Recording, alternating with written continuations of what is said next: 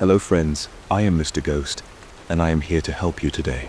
I know, you use these videos to fall asleep. So, before that, like the video and subscribe to the channel. Also, where are you from, and what time are you watching? Now get comfortable and relax. I always thought my sleep paralysis episodes were bad enough on their own. I used to wake up in the middle of the night unable to move, staring at my ceiling with a heavy pressure on my chest. It felt like my own body was betraying me, but at least those moments ended when I could finally jerk myself awake. I'd sit up, panting, wipe the sweat off my forehead, and try to calm down. That was my usual routine. Then, a few months ago, something else began to happen. I realized I wasn't alone during those episodes. I sensed something at the edge of my bed, like a figure sitting there, watching me. And since then it hasn't really gone away. My name is Marcus. I live alone in a small one-bedroom apartment. It's on the second floor of an older building. The place has narrow hallways and creaky wooden floors. At night, every little sound stands out. Pipes groan in the walls, and neighbors shuffle around in the rooms next door. I've lived here for about 2 years. My sleep paralysis started long before I moved here, so I'm used to it. But everything changed one night around 3 months back. That night, I was lying on my bed, half asleep. I felt that familiar heaviness in my limbs. My eyelids were shut, but I sensed I wasn't fully asleep. Usually when that feeling creeps in, I know I'm about to have a bad time. My chest tightens and I can't move my arms. If I try to wiggle my toes, I feel a numb sensation. That's typical for me. But suddenly, I felt a weight near my feet. It was subtle at first, like someone had just placed a hand on my mattress. Then it grew heavier. I tried to open my eyes, but I couldn't. My heart pounded, and my breath got shallow. That weight was real. I felt the mattress sag. I managed to flick my eyes open. My vision was blurry from the paralysis. I could only see shapes and shadows. But there was something tall, sitting on the edge of the bed. It looked like a person, but I couldn't see a face. It had a long, slender form. Its head was tilted down, as if it were looking straight at me. I heard a low, rumbling noise. It wasn't like a growl, exactly. It was more like a deep vibration, almost a muted hum, coming from its direction. I tried to scream or at least call out, but no sound left my throat. My tongue felt glued to the roof of my mouth. Then, as quickly as it started, it ended. My arms and legs jerked, and I was free to move again. The weight on the bed was gone. I sprang up, drenched in sweat, feeling the sheets clinging to my back. My heart felt like it was going to pound its way out of my chest. I turned on the lamp beside me and stared at the foot of my bed. Nothing was there, but I could still feel that weird presence. My arms were shaking. My mouth was dry. I didn't sleep again that night. That was the first time I realized something might actually be in my room with me. Over the following weeks, the same thing happened. I'd wake up in the middle of the night, paralyzed, and see that same tall, faceless shape. It always sat at the edge of my bed or stood in the corner of my room. I never got a clear look at any features, just a blank space where a face should be, with an elongated neck and shoulders that sloped downward.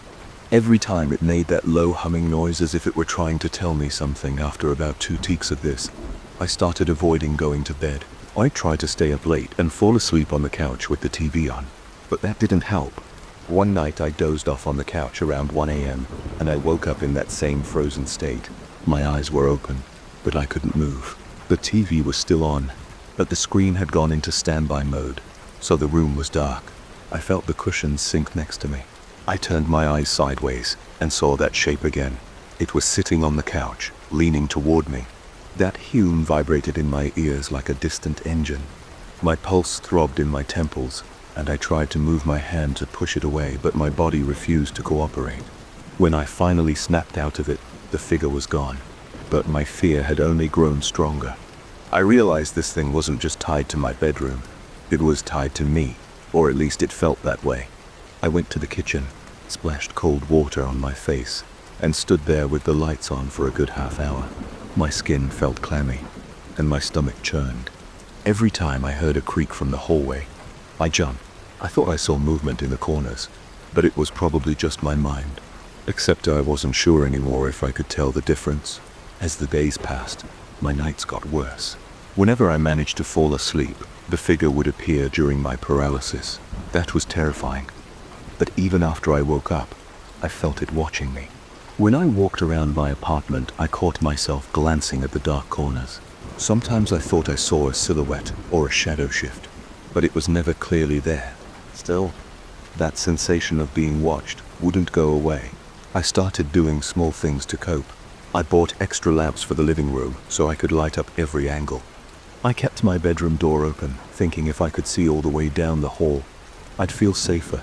But the more I tried to light the place up, the more the shadows seemed to dance along the walls. Every flicker of a light bulb or movement of my own reflection in the windows made my stomach tighten.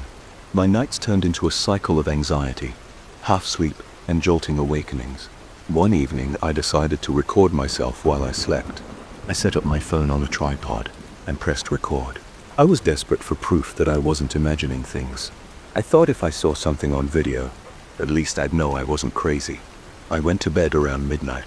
Falling asleep took an hour or two because I kept getting stuck in my thoughts. Eventually I drifted off. The next thing I remember is that awful pressure on my chest.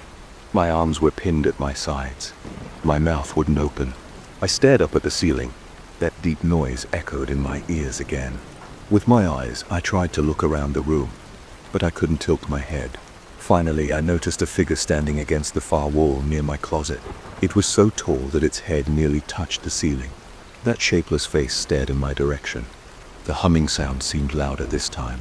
I felt something cold on my arms, like a chill passing over my skin. My eyes started to water because I couldn't blink freely. My heart hammered in my chest. I thought I was going to pass out. Then the figure took a step toward the bed. It leaned forward, and I felt its presence looming over me. My breath caught in my throat. I tried one last time to move my arms, but it was pointless. It stood there, hovering, until I finally snapped awake, able to move again. I sat up immediately, gasping for air. I grabbed my phone and checked the video. My hands shook, and I almost dropped it. As I watched the recording, I could see myself sleeping, twisting a bit, but not much else. The entire time, my body looked still, except for a few twitches. There was no tall figure in the frame. There was no weird shape near the closet, no sign of movement, no changes in the lighting. It was just me in bed, apparently sleeping normally. My chest felt tight with disappointment and fear. I knew what I saw and felt, but the video showed nothing. I began to feel like I was losing my grip on reality. My boss at work started asking if I was okay because I'd arrived with dark circles under my eyes, barely able to focus on simple tasks.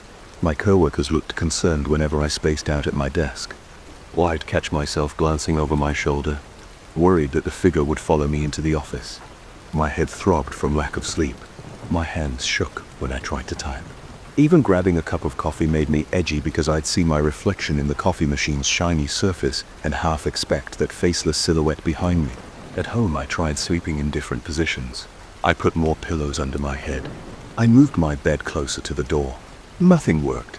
Every time I fell asleep, even for a quick nap, I'd sense that presence again. Sometimes it sat on my bed. Sometimes it hovered in the corner. Sometimes I heard it in the hallway before it showed itself. The sound was always that same low rumble, almost mechanical. A few times I thought I heard a faint rasp, like it was attempting to form words, but I couldn't make out anything clear. One night, I woke from a deep sleep without any paralysis. For a second, I was relieved I had a normal awakening, but I felt uneasy. My bedroom was dark, and the air felt thick. I reached for my bedside lamp, but before I turned it on, I noticed something shifting in the corner. I froze.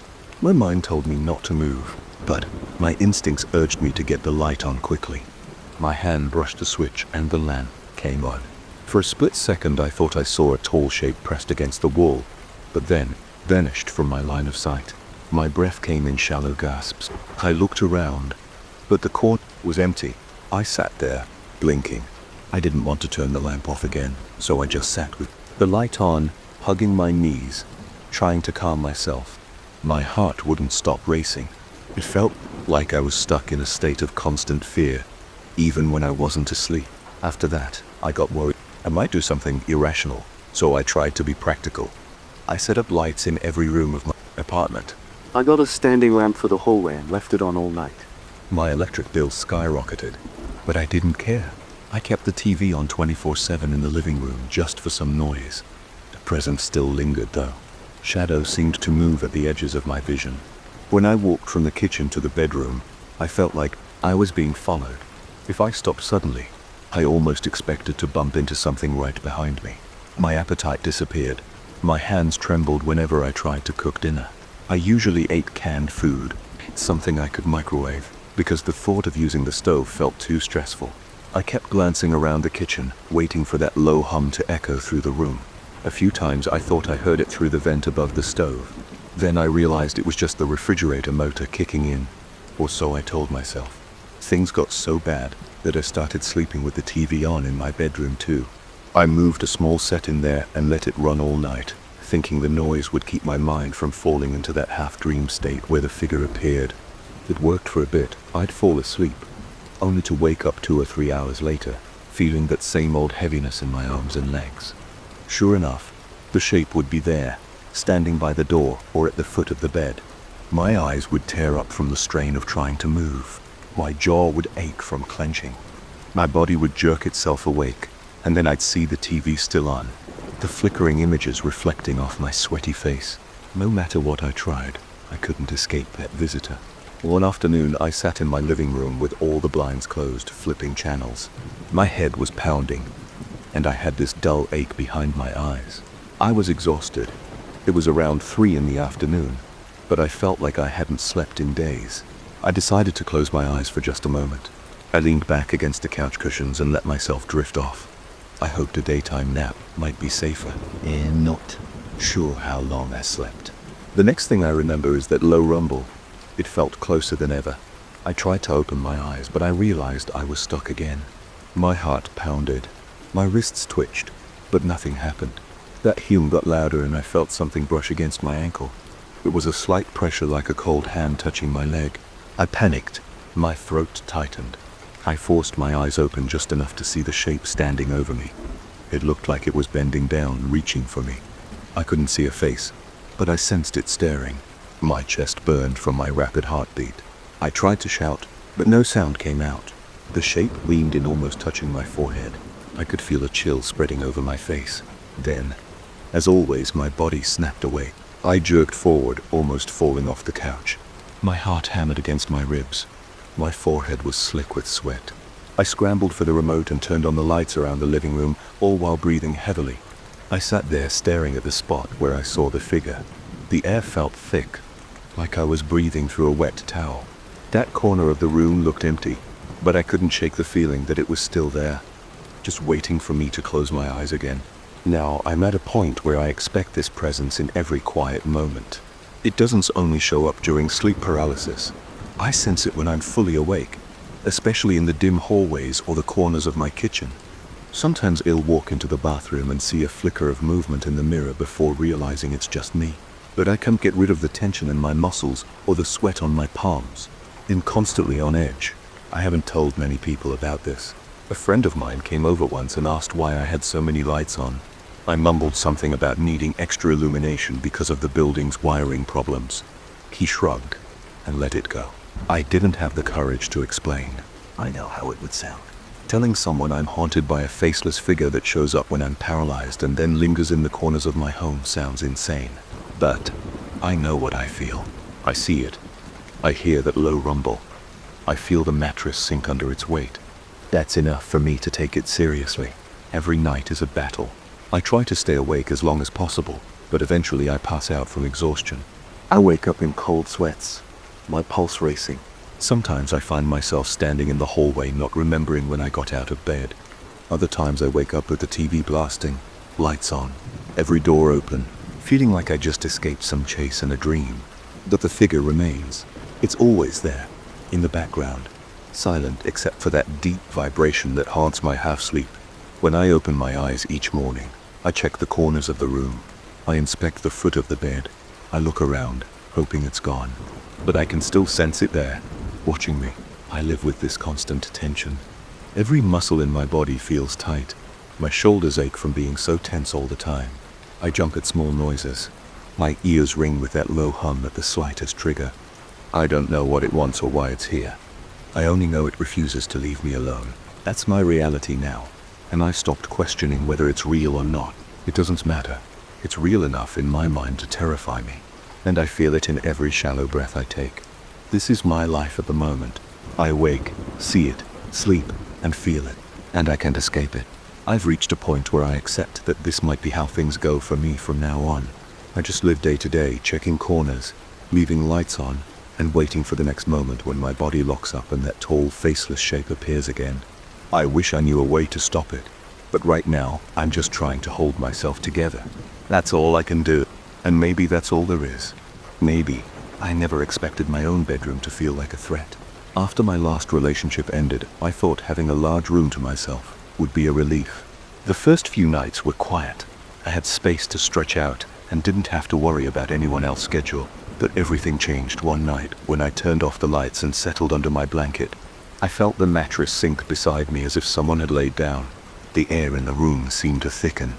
My heart pounded, and every breath felt tighter. I didn't see anyone when I opened my eyes, but it felt like a body was right there. When I tried to sit up, my muscles locked. I stayed there, staring at the dark, unsure if I was awake or dreaming. Then I heard these soft, muffled breaths, followed by low whispers I couldn't understand. I couldn't move or speak. I just lay there completely tense, waiting for morning to come. When the sun rose, I forced myself out of bed, telling myself it was just a weird nightmare. I tried to ignore the feeling that I hadn't been alone. All day, I felt distracted at work. My brain kept flashing back to the moment when the bed dipped next to me. I brushed it off. I told myself it was just my imagination, or maybe I'd shifted my weight, but the memory stuck to me. I didn't talk about it with anyone. It felt too strange to share. The next night I climbed into bed with a small sense of dread. The quiet in my place grew heavier. I left a lamp on in the corner, hoping that the soft glow would help me stay calm. For hours I stared at the ceiling, struggling to relax. Eventually I started drifting off. Then it happened again. The bed sagged as if a weight pressed down on the mattress near my right leg. I bolted upright. The lamp was still on, and I could see the shape of my blanket, but I couldn't see any figure or outline. I felt a chill. It wasn't just a drop in temperature. It was like a line of cold moving across my skin. I swung my legs off the bed, almost stumbling to the floor. My pulse raced and sweat dripped down my face. That moment felt surreal. My eyes scanned the room from the windows to the closet doors. Everything looked normal, except for that charged feeling in the air. I walked around, checking if the windows were open or if there was any draft. I found nothing unusual. Still, I couldn't shake the sensation that someone was watching me. I tried to go back to bed, but sleep never really came. I dozed off for minutes at a time, snapping awake whenever I felt a slight movement or heard a faint noise. The morning after was rough. My head ached, and my eyes burned from lack of sleep. A coworker asked if I was sick. I just said I hadn't slept well. It was the truth, but I couldn't give the real reason. I didn't want people thinking I was losing it. At lunch, I tried to distract myself with my phone, but I kept thinking about how I'd be back in that room at night. That evening, I lingered in the living room with the TV on until I couldn't keep my eyes open. I was hoping exhaustion would override whatever weird thing was happening. I finally shuffled into my bedroom around 2 in the morning. I didn't even bother turning on the overhead light. I just used my phone's flashlight to find my way to the bed. I dropped onto the mattress, shut my eyes, and prayed for sleep to come fast. I woke up later to the sound of gentle but steady breathing. I froze. My heart hammered in my chest. The breathing was too close, maybe a foot away from my head. I flipped onto my back and reached for my phone. The screen lit up, casting a weak glow around me. I saw nothing, but the breathing continued soft and calm. It sounded like a person trying to remain unnoticed. I didn't dare speak. I just slid backward, pressing my spine against the cold wall behind me. Then, a new noise started. Whispers, hushed and quick, like someone was muttering in another language or speaking too low for me to catch any words. My palms got sweaty. I thought about leaving the room, but I was shaking so hard I couldn't even sit up properly. Eventually, I found the courage to stand. I grabbed my pillow and comforter and bolted to the living room. I spent the rest of that night trying to sleep on the couch. Every little sound made me jump. I kept looking at the hallway, expecting to see something peek around the corner. The next day, I decided I needed to take some action.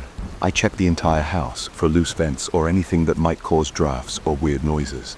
I even inspected the bed frame, the mattress, and the floor under the bed. I found nothing strange. The room was big, but it didn't have any secret doors or hidden spots. Everything was in order. I tried sleeping with music on. I put a small speaker next to the bed, hoping some background noise would cover whatever I'd been hearing. It helped for a while. I managed to doze off without jumping at every sound. But a few hours later, I felt something yank my blanket down about 6 inches. I opened my eyes and there was no one there.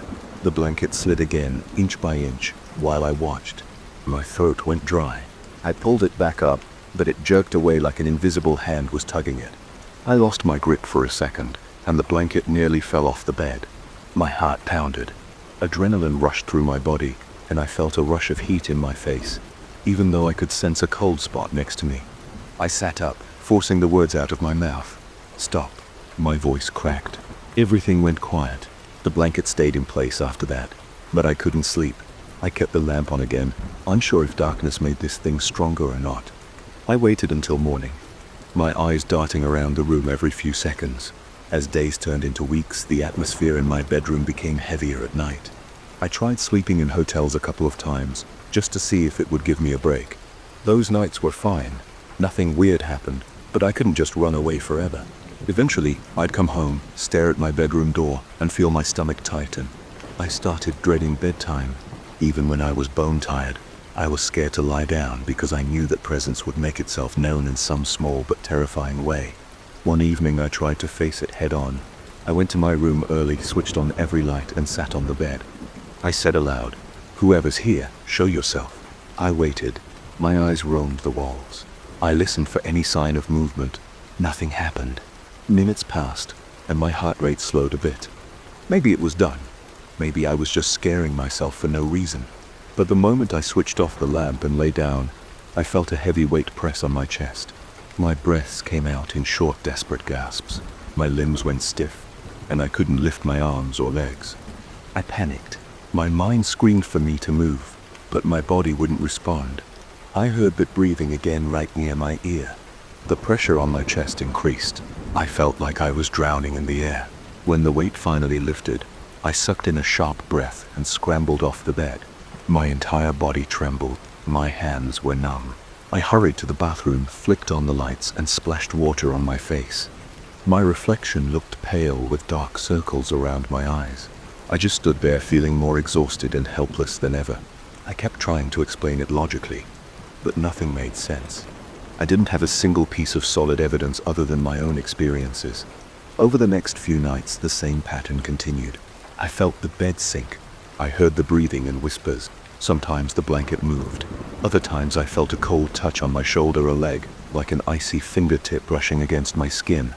Each time I reacted with a jolt, my heart racing. My nights became an endless cycle of tension. I started drinking strong coffee to keep myself awake as long as possible. But when I finally passed out from exhaustion, the presence found me again. I tried moving my bedroom furniture around, hoping a different layout would break the tension. It made no difference. I tried sleeping with a bright lamp, a flashlight, or the TV. No matter what I did, the feeling remained. I couldn't see anything, but I knew it was there. Sometimes I thought about telling a friend, but how would I explain it? I was afraid people would assume I was making it up or that I was mentally unstable. So I kept it to myself. I did everything I could to function normally during the day, but my nerves were shot. I became jumpy. Even at work, I felt on edge, looking over my shoulder as if someone was behind me. My chest felt tight every time I entered my bedroom. I kept thinking I'd find some sign, footprints, a piece of fabric, something that proved it wasn't just in my head. But there was never anything to see, only those terrifying moments at night.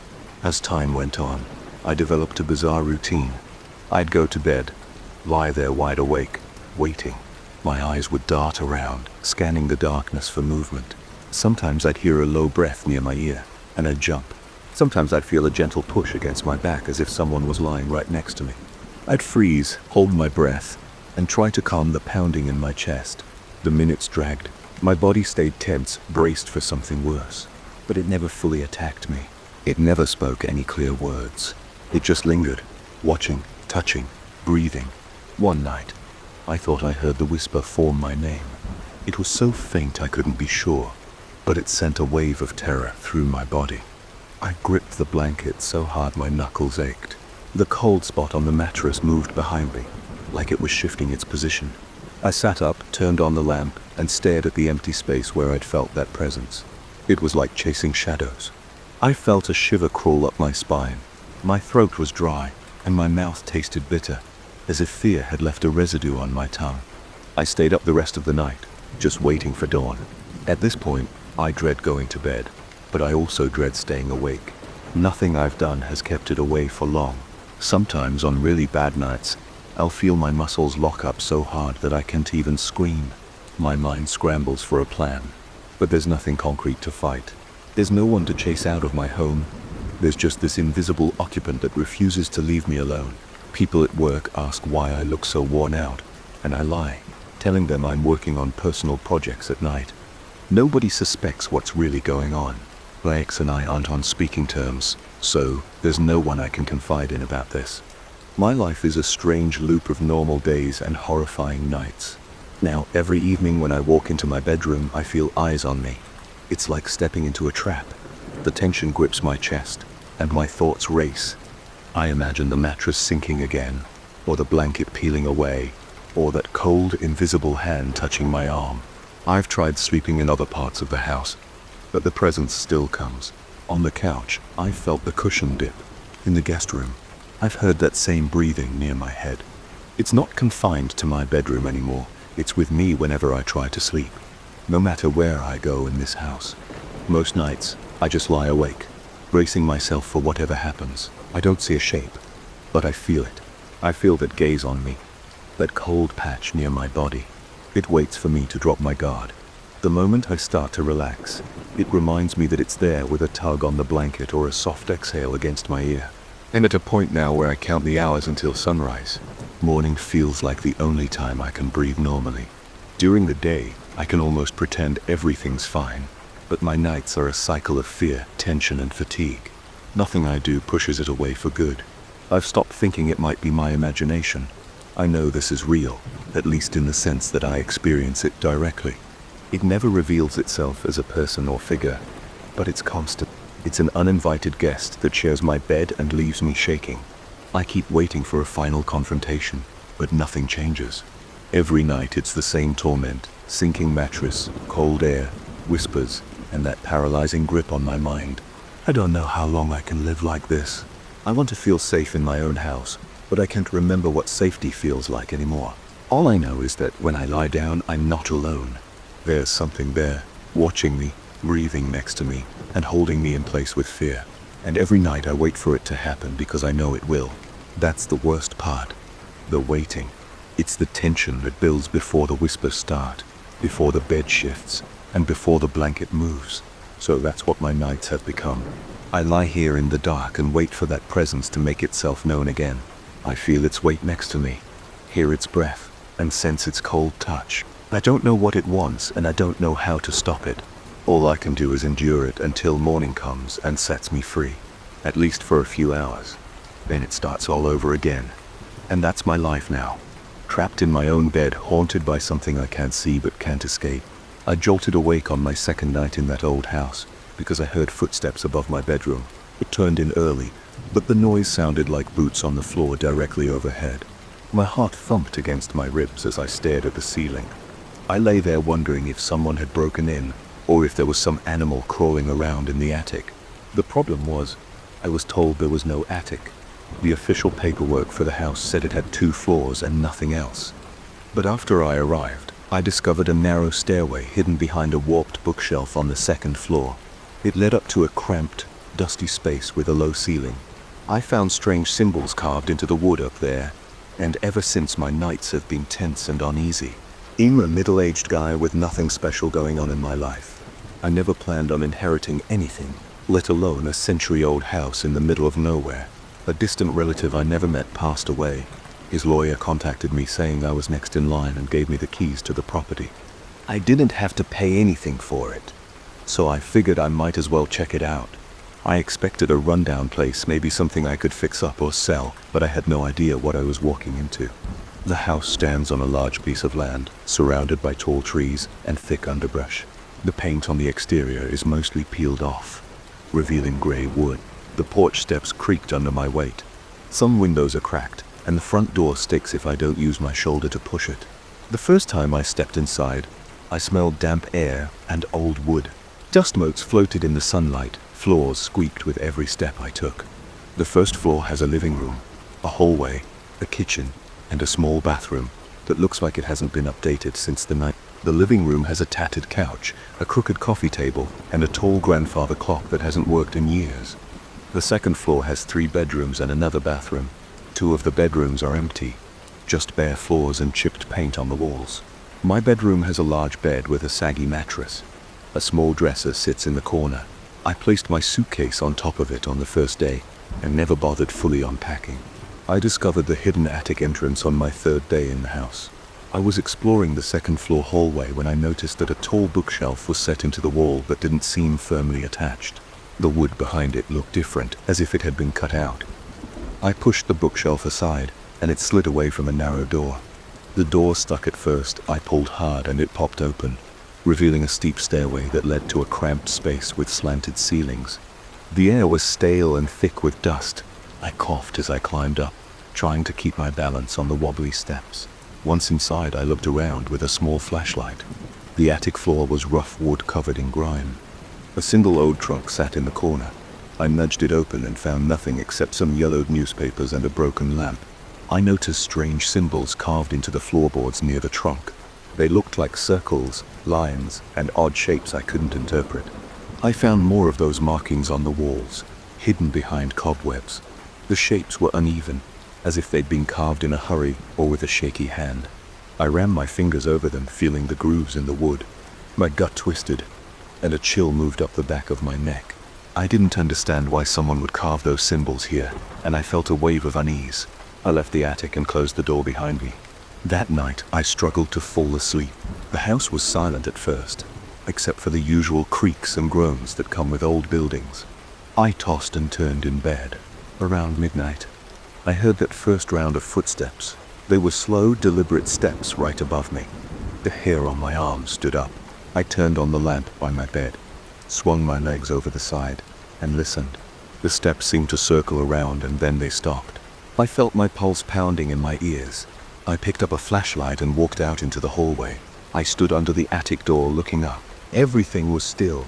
I told myself I was imagining things. I stayed there for a minute, then returned to bed. But it kept happening. Night after night, footsteps dragged across the attic floor. Sometimes it sounded like pacing. Other times it seemed like they rushed from one side of the room to the other.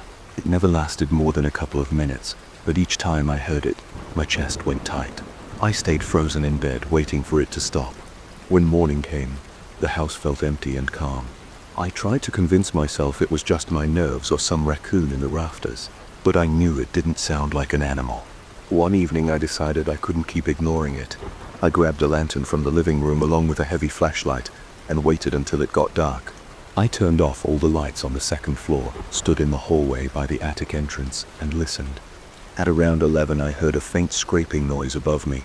My hands started shaking a bit, and I tightened my grip on the lantern. The scraping turned into clear, steady footsteps. I pulled the attic door open and climbed up slowly, my eyes scanning the dark corners. The beam of the flashlight swept across the floor. I saw dust swirling, but no sign of movement. The symbols on the wood looked darker than before, like the lines had been gouged deeper. I pointed the flashlight around, checking the walls. Nothing, but I felt watched, as if the air itself was pressing against me. My breathing got shallow. My arms felt weak. I set the lantern on the floor, shining it to the far edges of the attic. Still no movement. Then I heard a quick tap behind me. I spun around, nearly dropping the flashlight. I saw a flicker of a shadow near the corner. I felt my stomach twist. I shouted, "Who's there?" My voice cracked. No response. The tapping stopped. My heart was pounding so hard that my ears rang. I stood there for another minute, sweat collecting on my forehead. After I convinced myself I was alone, I backed down the stairs, never turning my back on the room. I closed the attic door, pushed the bookshelf back, and went to my bedroom. I locked the door, even though I knew it wouldn't help much. I spent the rest of the night awake, listening for anything else. The next morning I tried to focus on cleaning the place and ignoring what had happened. I scrubbed the kitchen floor, wiped the counters, and dusted the old furniture in the living room. I turned on the radio in the kitchen, hoping the background noise would keep me from hearing every little creak in the house. Around mid-afternoon, I decided to open some windows to air the place out. When I opened the windows upstairs, I saw that the roof outside the attic area looked intact. No broken shingles or holes where an animal could slip through. I stood in the hallway a while looking at that hidden door behind the bookshelf. I wanted to seal it shut, but I also worried that might just make things worse. Instead, I left it alone and tried to push the thought out of my head. Later that night, I settled in the living room. I flipped through some old magazines. I found a few references to local folklore and old houses in the area. Most of it was just small-town gossip, stories about families that owned land for generations. Nothing jumped out at me. I turned off the lights around 10 and went upstairs. I felt uneasy, but I was too tired to investigate anything else. I got into bed, left the lamp on, and stared at the ceiling. After a while, my eyelids grew heavy. I woke with a jolt when I heard a loud thud above me. My heart slammed into my chest.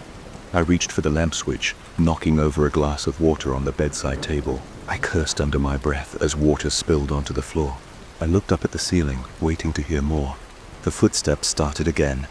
They were heavier this time, more insistent. I felt the weight of each step in my gut. I squeezed my eyes shut for a second, trying to steady my breathing.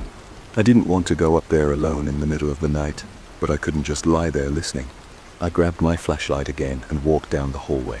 My legs felt stiff, and the cold sweat beat on my neck. I moved the bookshelf aside, opened the attic door, and aimed the flashlight at the stairs. I climbed up. My mouth felt dry, and my pulse hammered. At the top, I swept the flashlight across the floor. Dust drifted in the beam. Everything looked the same, except the symbols seemed more pronounced. The lines looked fresh, like they had been carved all over again. My throat went tight. I inched forward, feeling the floor creak under my feet. In the far corner, I saw a shape that looked like a figure hunched over. My heartbeat soared. I froze and blinked. The shape didn't move. I realized it was just an old coat draped over the trunk, something I hadn't noticed before. I let out a shaky breath. My flashlight glided over the walls. Nothing there, no one, but my skin prickled from head to toe. Something felt deeply wrong. It was like the air carried an electric charge. Every hair on my arm stood up. Suddenly, a scraping noise came from right behind me. I spun around. The flashlight flickered, and I heard the attic door slam shut. I lunged toward the stairs, thinking someone had pulled it from the outside. But the door was just stuck. I yanked it open. I felt my chest tighten with panic. I nearly fell as I stumbled down the steps. I pushed the door closed behind me, shoved the bookshelf back into place, and hurried to my bedroom. My hands trembled so much that I could barely hold the flashlight. I spent the next day making calls to see if I could get someone to check the house. I reached out to a local handyman, told him I thought I heard animals in the attic. He showed up in the afternoon and checked the roof, walls, and small vents. He said he didn't see any signs of infestation. No droppings, no nests, nothing that would explain the noises. When I asked about the hidden attic, he just said it was old. He said the wood up there was rotting in places, but he didn't see any direct cause for strange sounds. He didn't mention the symbols, and I didn't bring them up. I just paid him and thanked him. He left, looking a bit uneasy, probably because of my questions. That evening I walked around outside the house with a flashlight, checking every wall and window. All of them seemed sealed. The attic windows were just small vents near the roof. They were intact. I looked around the tree line but didn't see anyone lurking out there. The property felt deserted except for me. When I went back inside, I locked every door and window. I stood in the hallway staring at the bookshelf that hid the attic door. A part of me wanted to rip it out, nail the door shut, and never go back up there. But I was also curious about those symbols. I wanted to know why they were there and who put them there. Night fell, and I headed to the bedroom. My heart pounded each time I imagined those footsteps above me. I turned on the lamp again, as if it was some kind of shield against the unknown. Around midnight I heard the faint sound of creaking wood. I sat up, watched the dim light dance along the walls, and listened. The steps started. They were light, almost like a person tiptoeing. I felt my stomach clench. I grabbed the flashlight and continued to listen. The steps stopped for a moment, then started again, slower and heavier. I stood, walked to the hallway, and stared at the bookshelf. I could see a thin line of light around the edges of the hidden door. That was impossible, because I hadn't turned on any lights in the attic. Yet there it was, a faint glow. I swallowed hard. My palms were sweaty. I took one step forward, then paused. My guts told me to stay away. The glow vanished. The footsteps stopped. I heard something that sounded like quiet breathing from behind the door, but I might have imagined it. My entire body was tense. I took a shaky breath, retreated to my room and shut the door. I leaned against it, pressing my forehead to the wood. I could hear my pulse thudding in my ears. I realized that whatever was in that attic didn't want me there. The thought made my scalp prickle. I decided I needed to leave the house for a while. In the morning, I threw some clothes into my suitcase, loaded my car, and drove into town. I found a small motel and booked a room. I spent the day pacing around, drinking coffee and staring at the walls. I couldn't get the house out of my head. I tried watching TV to distract myself, but my mind kept drifting back to those footsteps and symbols. I felt drawn to the place, like I had to figure out what was going on. I tried calling an acquaintance who dabbled in historical research, but he didn't pick up. By nightfall, I was too restless to sit in the motel.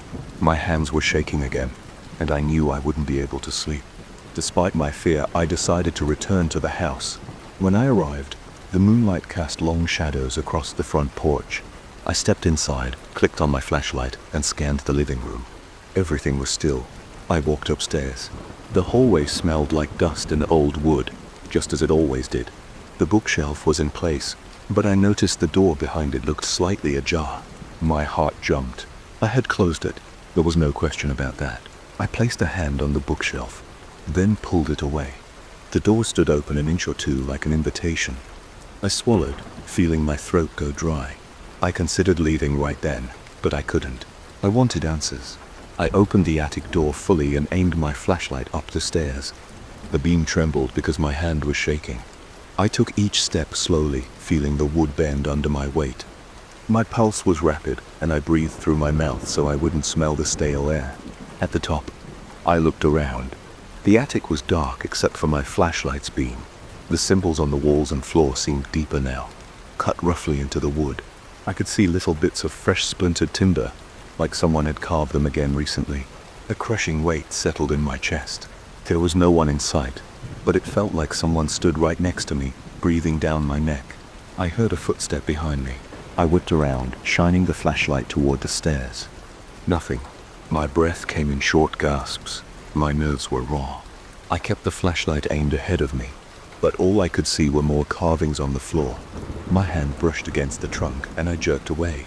I almost swore I saw the symbols flicker like they were catching the light, but I couldn't be sure. My head felt light. I forced myself to walk back toward the stairway, step by step, never turning my back on that space. When I reached the door, I slammed it behind me and pushed the bookshelf in front of it. My hands shook the entire time. I went to my room, grabbed my car keys and suitcase, and didn't even bother turning off the lights. I raced down the stairs and left the house, locking the door behind me. My heart hammered as I climbed into my car and started the engine. I kept expecting to see someone staring at me from an upstairs window, but I saw nothing except darkness. I'm still not sure what I experienced in that house. All I know is that something in that attic didn't want me there. Each night, those footsteps grew more menacing. The symbols changed, becoming more pronounced. I don't know if someone was messing with me or if there's something unexplainable in those walls, but I couldn't stay. And as I pulled away, I felt a pressure lift from my chest, like I had escaped something that wanted me gone. I never asked for that old place, and I'm not planning on going back. I have no desire to hear those footsteps ever again. If the house wants to keep its secrets, it can have them. I won't be the one to pry any further. I never planned on sharing this story, but I can't keep it inside anymore. My basement has a locked door, and something on the other side keeps calling my name. That's not a figure of speech. I actually hear my name coming through the wood. It started one night, and it hasn't stopped since. I need to lay it all out because I'm getting tired of feeling like I'm losing my mind in my own house. I moved here 6 months ago. It's a small 2-story place with a creaky front porch, an outdated kitchen, and a damp basement. The property felt quiet when I first arrived. I noticed the old door in the basement right away, but I didn't think much of it. The door has a heavy rusty padlock. The hinges look strong. The wood is thick. I remember giving it a little tug when I was first exploring down there. It didn't budge. I assumed it was a storage room the previous owners used. I had no key, and I was busy unpacking the rest of my boxes, so I left it alone. For the first few weeks, I spent my time painting walls and rearranging furniture. Work was busy. I would leave early and come back late. The basement turned into a space for junk, old clothes, boxes of tools, and random stuff I wasn't ready to throw away. I almost forgot about the door. It was there, locked, and I felt no urge to open it. I had plenty to deal with upstairs. Then one night I was in bed almost drifting off. Around midnight I heard a repetitive sound. It was faint at first. I thought it was something outside, maybe a branch against a window. I got up, walked around, checked the windows. I couldn't find anything out of place. I tried to settle down again, but the sound got louder. It was a tapping or knocking noise. My stomach felt tight, and I noticed my heart beating harder. I could tell the noise was coming from below me. It was coming from the basement, and not the type to panic over small sounds. But this one felt different. It had a rhythm. It wasn't random. There was a pause between each knock, like someone was waiting for me to respond. I grabbed my flashlight, threw on a pair of shoes, and headed downstairs. I took every step slowly. The house felt colder than usual, or maybe it was just my nerves. When I reached the basement door, the tapping stopped. I opened the door and flicked the light switch. The basement light was dim but showed me enough to see the path to the far side where the locked door stood. There was nothing moving around in the main area. I stepped down carefully, my hand tight on the banister. My flashlight shook in my grip. I could hear my own breathing, shallow and uneven. I walked closer to the locked door. Everything looked normal at first. The padlock was still there, metal flaking off in rust. Then I saw a slight movement in the wood. It looked like the surface pulsed outward for a split second. I froze. My legs felt weak, and I felt a flash of heat pass through my chest. I aimed the flashlight directly at the door. The surface moved again, like something pressed against it from the other side. Then I heard my name. It wasn't loud, but was clear. It had the exact tone someone would use if they were standing 5 feet away, whispering at me through the wood. I backed away. My instincts told me to run upstairs and call someone. But who would I call at that hour, with a story like that? I didn't hear any more knocking, but my name echoed in my head. I looked around, searching for any logical explanation. Maybe a draft, maybe some strange echo from the pipes. But it didn't sound like pipes, it sounded like a voice. I took one more look at the door, stepped backward until I reached the stairs, then went up without looking behind me again. I locked the basement door from inside the house, and then went back to bed. I didn't sleep well. The next day, I tried to ignore what happened. I had a pile of emails to answer. I had errands to run. I convinced myself it might have been my imagination, maybe a dream. But as soon as night fell, I felt uneasy. The house was quiet again. I tried to distract myself with TV, but my mind kept drifting to the locked door. My curiosity was out of control. I wanted to test it, wanted to go down there and listen. But I also felt a heavy knot in my stomach. I couldn't shake the memory of that voice. It felt too real. Around 11, I finally mustered the courage. I told myself that if I heard anything again, I would investigate. Sure enough, right around midnight, the tapping started. It had the same slow, methodical pattern as before, spaced out like someone was knocking in short bursts. I got off the couch, took my flashlight again, and forced myself down the basement stairs. The second my feet touched the concrete floor, the knocking changed. It became faster, almost urgent, like it could sense I was there. I stood about 10 feet away from the locked door. I shined my flashlight on it and saw the wood quiver at each knock. I smelled a stale, musty odor, and it felt like it was coming from under the door. My mouth went dry, and my hands felt clammy. The knocking stopped. Then I heard the voice. This time it said my name twice, spaced apart by a couple of seconds. My spine tingled. I could feel my pulse in my neck. My heart felt like it was going to leap out of my chest. I forced myself to speak. My voice shook. I asked who was there. No answer. I asked again. No answer. I placed my palm on the door for a moment. The wood was cold and slightly damp. Then I felt a light pressure from the other side, like a palm pressed back at me. My mind went blank. I jerked my hand away, stumbled back, and turned for the stairs. I raced up, slammed the door shut behind me, and locked it again. That night I couldn't sleep. My body kept trembling. I felt nauseated, but I wasn't sick. I was just tense, like I had adrenaline coursing through me, and no way to calm down. Over the next few days, I tried to come up with a plan. I knew I had to either open that door or find a way to remove it. But I was terrified of what might happen if I did. The voice didn't sound aggressive, but the situation felt wrong. I tried calling a locksmith, but I didn't have a normal lock. It was this old padlock that seemed stuck. I considered breaking it off with a bolt cutter, but I kept hesitating. Every time I thought about it, my hands would start to sweat and my throat would tighten. I started hearing knocking even during the day. It wasn't as loud as at night, but it was there. I'd be in the kitchen making coffee, and I'd catch a faint knock or two. Or I'd be watching TV, and I'd hear a short tap. It always came from the basement. It made it impossible to relax. My nerves were shot. I'd jump at normal house creaks, or the sound of the fridge kicking on. I felt like the house had turned against me. One afternoon, I went down there with a hammer. I thought maybe I could pry off the hinges, or at least see if the wood around them was weak. When I got close, I felt the door shift again. It was a subtle movement like someone breathing on the other side. My legs felt shaky, and I backed up a few steps. I stood still, trying to gather my courage. I tried to calm myself by taking slow breaths, but my heart kept pounding. I told myself to just do it. I walked forward, brought the hammer to the hinge, and tested it. The nails were rusted in place. It didn't budge. The door let out a groan, and I heard a soft voice that sounded like it said, "Sst." It was barely audible, but it felt directed at me. I froze. Then I scrambled up the stairs again, nearly tripping. That was the moment I decided to leave it locked for good. Days passed, and the presence behind the door became more obvious. I'd hear it shift around at random times. I'd hear low whispers that almost sounded like breathing. My nerves were in a constant state of alert. I avoided the basement as much as possible, only going down to do laundry or grab a tool when absolutely necessary. Every trip down there felt like entering enemy territory. At night, the knocking got worse. It sometimes lasted an hour with small breaks in between. I heard my name repeated several times, always in that same neutral tone. It didn't sound angry or pleading. It sounded factual, like someone was testing the name over and over, making sure I heard it. Sometimes I felt a light vibration coming through the floor.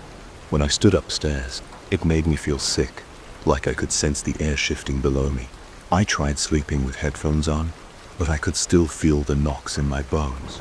My nights became restless. I'd jolt awake at small sounds, half convinced the door was open and something was walking around. I installed a better lock at the top of the basement steps just to feel safer. I tested it several times, making sure it was secure.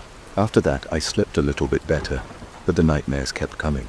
In these dreams, I'd be standing in front of the locked door and it would explode inward, revealing an empty room.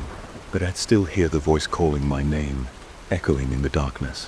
One evening, I tried to distract myself by inviting a friend over. I didn't tell him about the basement. We hung out in the living room, had a couple of beers, watched a game. Everything was fine until I heard a faint knock from below. He looked at me, confused. I shrugged, pretending it was the pipes, but I could feel the blood draining from my face. He didn't ask again, and I didn't offer any explanation. He left a few hours later, and I was back to being alone in the house. It got to the point where I almost couldn't function. I'd hesitate every time I took a step near the basement door. My hands trembled when I heard a knock. I started leaving lights on at night because the darkness made the knocking sound even louder. I'd lie in bed staring at the wall, counting my own breaths, waiting for the next time I'd hear a soft tap or the voice. The scariest moment happened 2 nights ago. I was in the basement for a quick check to make sure my water heater wasn't leaking. I was near the center of the room, bent over to look at the heater's base. Suddenly, I heard scraping on the locked door, like fingernails against wood. My stomach dropped. I turned with the flashlight, shining it on the door. The scraping stopped. I stood there holding my breath, waiting. Then came a single knock, heavier than usual. My eyes locked onto the wood. I saw it push outward again, but this time it came out an inch or two. It snapped back like a heavy force pulled it from the other side. I stumbled back, nearly losing my footing. I didn't say a word. I just scrambled up the stairs, taking them two at a time. My lungs felt tight. My throat was on fire from breathing so fast. I slammed the basement door shut and locked it, then backed away, keeping my eyes on the doorknob. I half expected it to rattle. It stayed still. Since that night, I haven't gone back down.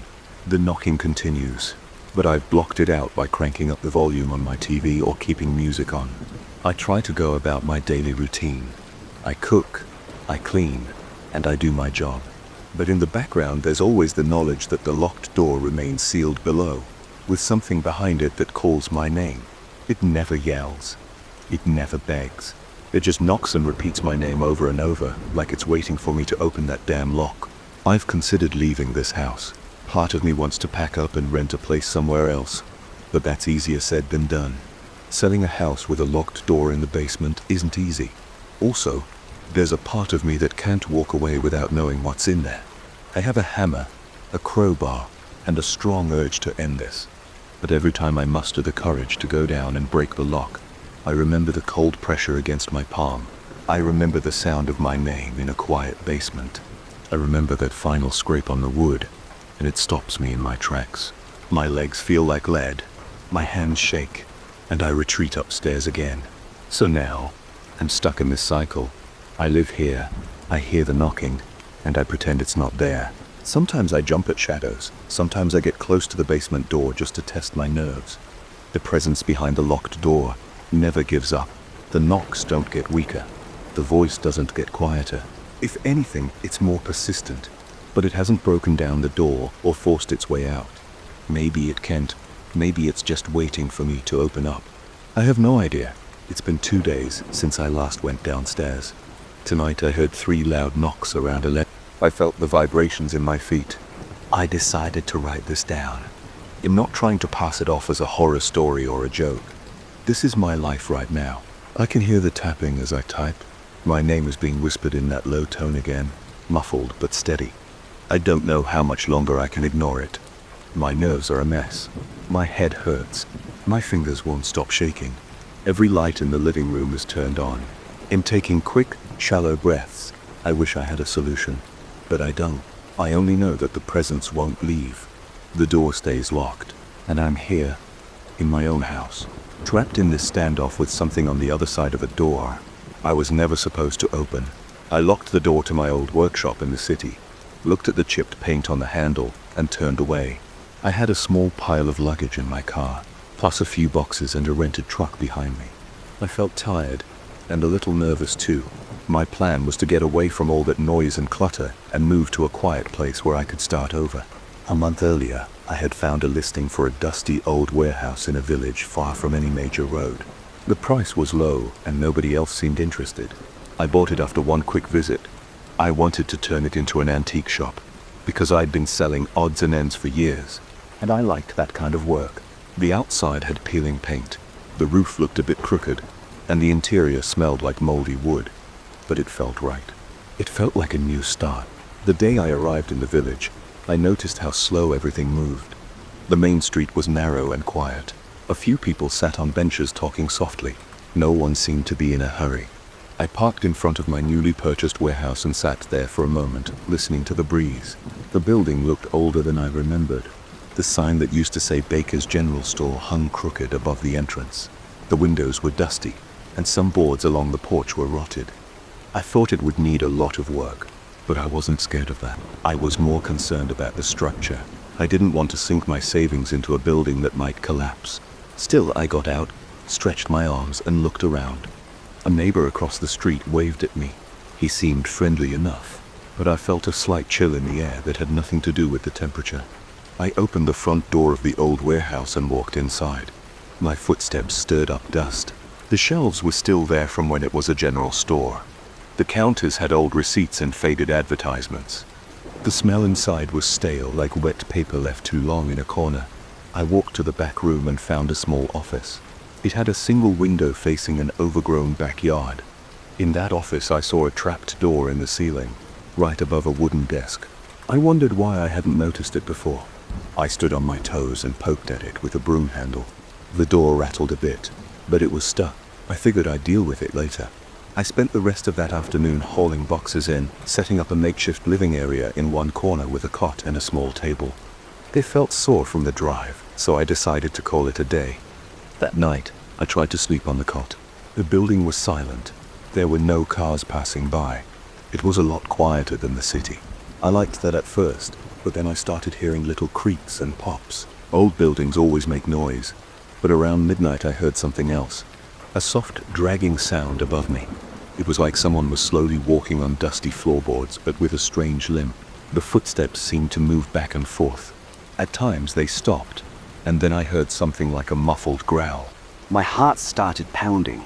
I could feel a knot in my stomach. I told myself it was probably a raccoon or some stray animal nesting up there. But the sound had a weird rhythm. It wasn't quick like a scampering mouse. It was slower, heavier. I lay in the dark, gripping my blanket, breathing hard. After a few minutes, the sounds faded. I stayed awake a long time, listening.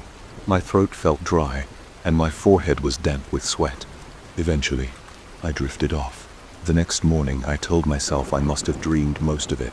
I got up, put on my boots, and decided to check that trap door again. I didn't have a ladder, so I stacked a few crates to reach it.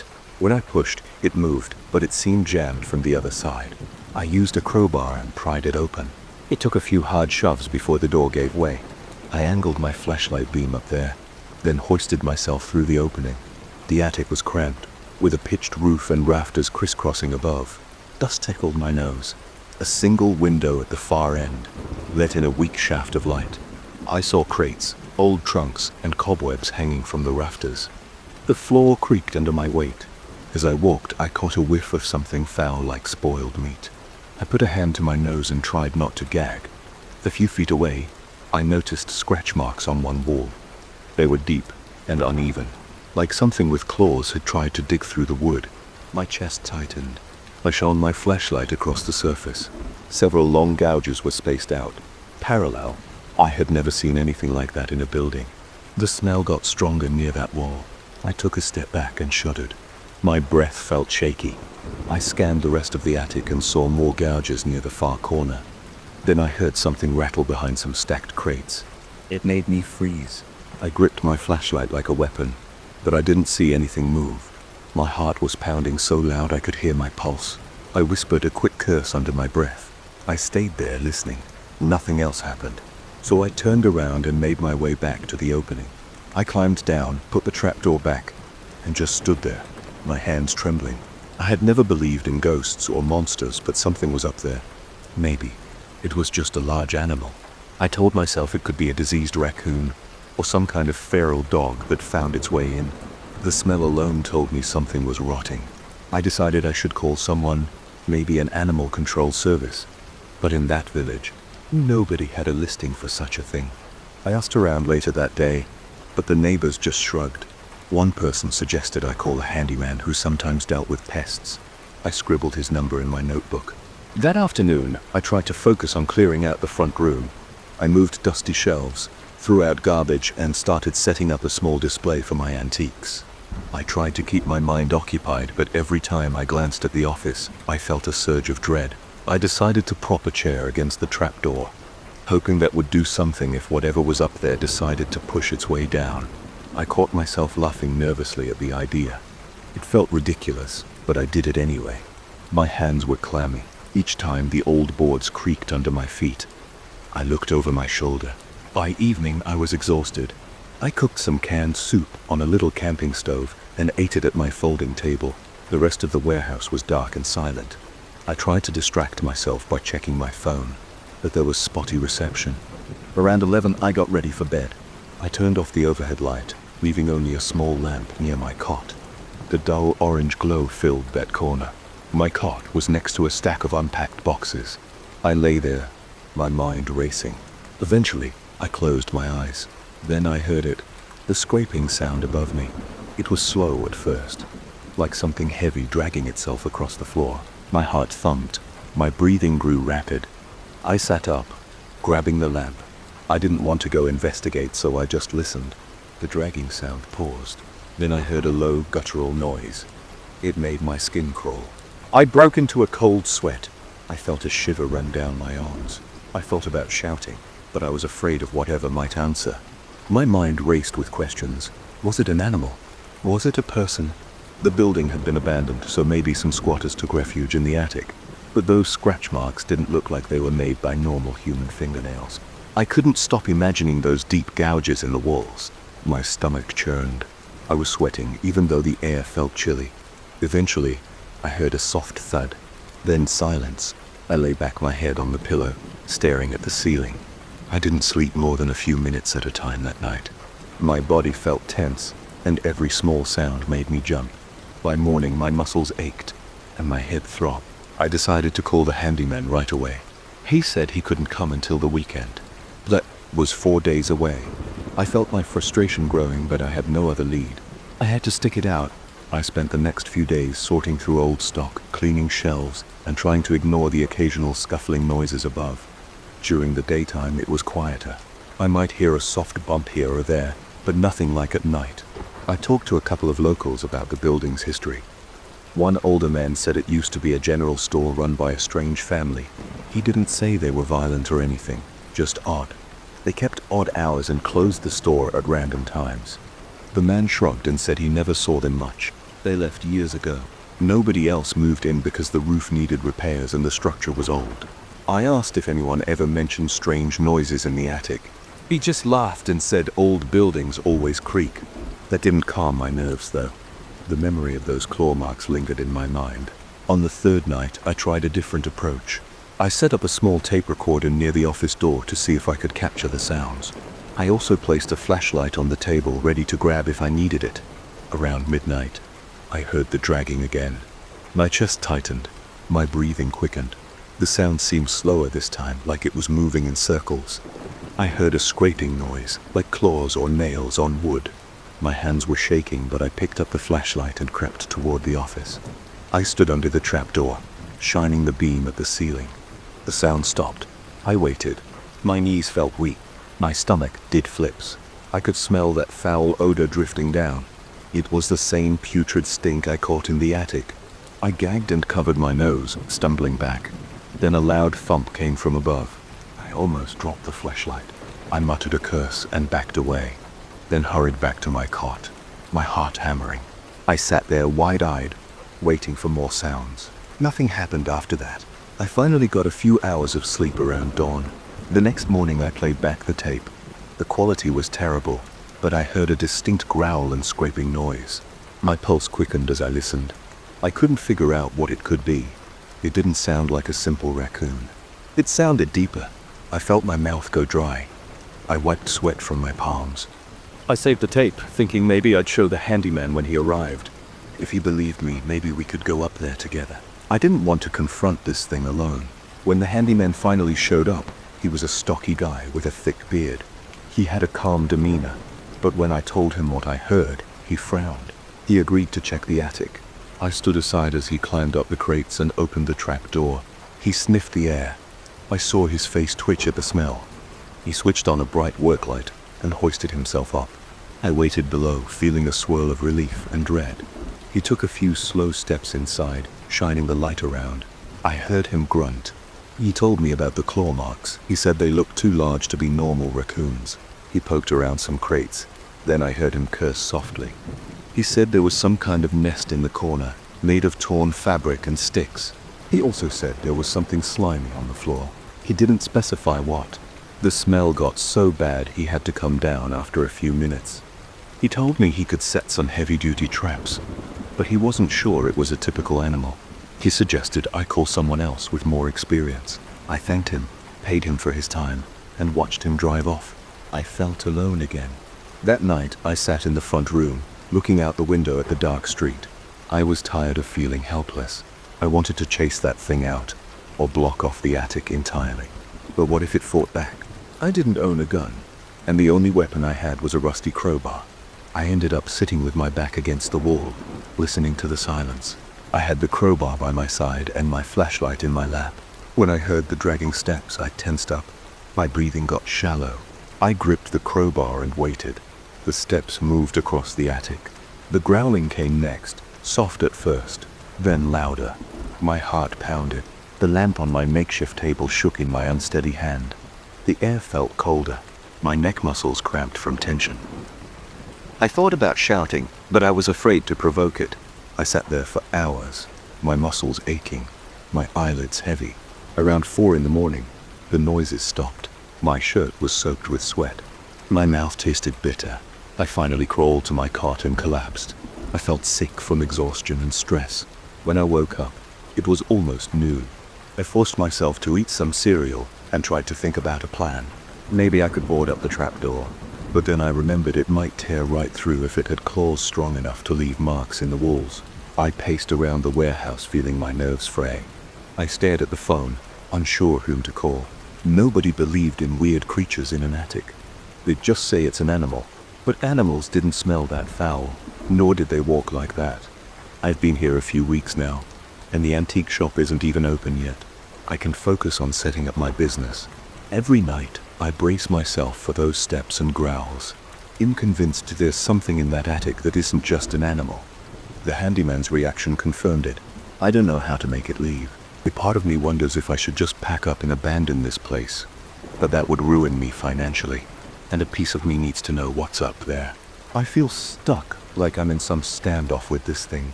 So far it hasn't come down and I haven't gone up again. But each night, the sounds are there, and they get a little louder. The smell seems stronger too, seeping through the cracks. I sit here writing this out at my folding table, trying to stay calm. It's past midnight. The rotting odor is drifting through the office door. I can taste it in the back of my throat. My hands keep shaking, and I wipe sweat from my forehead every few minutes. Outside, the village is silent. No one's awake to hear my shouts if something happens. I keep thinking about those deep claw marks. I see them in my mind like a warning that I'm trespassing. Part of me wants to grab my flashlight, climb up and face it. But I feel this intense dread when I imagine shining that light into the corner and seeing some shape moving. My heart is racing just from that thought. Not sure I have the courage to do it, as I can hear it now, dragging across the attic floor. It's louder than before. The boards creak under its weight, and I hear a ragged, throaty sound. My pulse is pounding in my ears. My hands feel numb. I'm clenching my jaw so tight it hurts. The scraping of claws against wood is right above me. It's slow and deliberate. I don't know what it wants. I don't know why it's here. I only know it won't leave on its own. The thought of trying to force it out makes my stomach twist. I don't know what might happen if I do, but I don't know how much longer I can live like this either.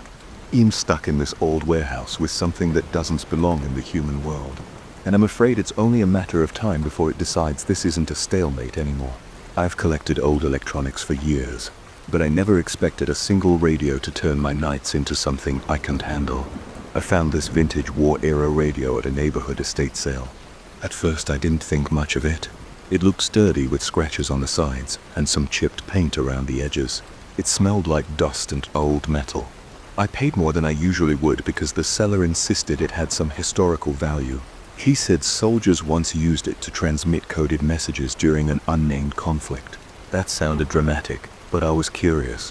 I took it home and placed it on a shelf in my living room, between my old projector and a dated reel-to-reel tape player. For the first few days, it just sat there. I tested it once by plugging it in, twisting the dial, and playing with the volume knob. I heard static. The speaker crackled in that familiar way old radios do. I turned it off and forgot about it. Then, about a week later, I woke up at 3 in the morning to a faint buzzing noise. I walked out of my bedroom to see the radio glowing. It was on. The dial lights were shining a dim yellow. I approached it feeling my heart pound because I was sure I had switched it off before going to bed. As I got closer, I heard whispers. It was more than one voice, blending into each other. They were fast, almost frantic. I tried to make out the words but couldn't catch more than random noises. I stared at the power switch. It was still in the off position. That freaked me out. I unplugged the radio. The whispering stopped. I stood there sweating a little even though the room was cool. I took a deep breath. My hands shook and I felt that prickling heat under my skin that comes when something weird happens. I left the radio unplugged, went back to bed, and tried to forget it. The next day, I told myself I had probably left it half-plugged or maybe the switch was jammed. I forced myself to believe it was just an old machine acting up. But it happened again the next night. 3 a.m. I woke up. My alarm clock read I heard whispers. This time they sounded louder. My bedroom door was closed, but I knew the source was the living room. I walked out. The radio was on, its dial glowed, and the speaker pushed out overlapping voices. They were not just random noises now. I could almost make out something. It reminded me of a crowd of people speaking at once. My heart pounded harder. My neck felt tense. I went straight for the power cord. It was unplugged already, yet the radio was on, pumping out these weird overlapping voices. I grabbed the radio, shook it once, and it kept going. The static got louder. I felt my stomach twist. The hair on my arms stood up. The voices rose in volume like a whole group shouting. Then, after about 10 seconds, they dropped to a whisper again. I heard my name, my first name, mixed in with the static. It was as if someone in that cluster of voices said it. Then everything stopped. The radio light blinked once and went out. I stood there for a minute, my heart thumping in my chest. My breathing felt shallow. My throat felt dry. I picked up the radio, ran to the kitchen, and sat it on the table. I stared at it, half expecting it to come back to life in my hands. It stayed off. I started losing sleep after that. I kept thinking about what I heard. I thought maybe I was dreaming or half asleep and imagining things. I considered calling an electrician to check my wiring, but that didn't make sense. The radio was unplugged. There shouldn't have been any power. I also thought about telling a friend, but I didn't want to sound crazy. I tried to ignore it and focus on work. During the day, it didn't bother me. The radio just sat on the table looking harmless. Then, on the 5th night, it happened again. At 3 a.m, I heard the same frantic whispers. I forced myself to get up, even though I felt dread creeping up my spine. I walked into the kitchen, turned on the light, and saw the radio glowing. The dial displayed some strange frequency I'd never seen before, like it was stuck between stations. The voices were so intense, like a bunch of people screaming and whispering at the same time. I moved my hand toward the knob. My fingers tingled with nerves. Right when I touched it, the volume dropped. I heard my best friend's name, then my boss name, then my own name again. I froze. I felt my pulse pounding in my temples. It was like my body wanted to run, but I forced myself to stay. I said, "Hello." My voice sounded shaky. The radio static hissed for a moment, then I heard a single voice break through. It was a male voice, scratchy and urgent. It said, "Go to the old warehouse on Maple Street." Then everything went silent. The radio light faded out again. I turned the dial. Nothing. Dead. No hymn. No static. I spent the rest of that night sitting on the couch, my mind racing. The old warehouse on Maple Street was a place people mentioned sometimes. It's in a rundown part of town. I've driven past it a few times. It's mostly abandoned. I started sweating again. My heart wouldn't slow down. I felt like I needed to do something, but I didn't know what. Why would I go there? It made no sense. I didn't want to risk my safety by following some weird radio transmission, but the fact that it specifically used my name and then my friend's name made me feel like there was something personal going on. For a couple of days, nothing happened. I left the radio in the kitchen untouched. I avoided looking at it. I kept the volume knob at 0 even though it didn't matter, because the thing seemed to have its own power source. Each night I stayed up late, expecting the same occurrence, but the radio stayed quiet.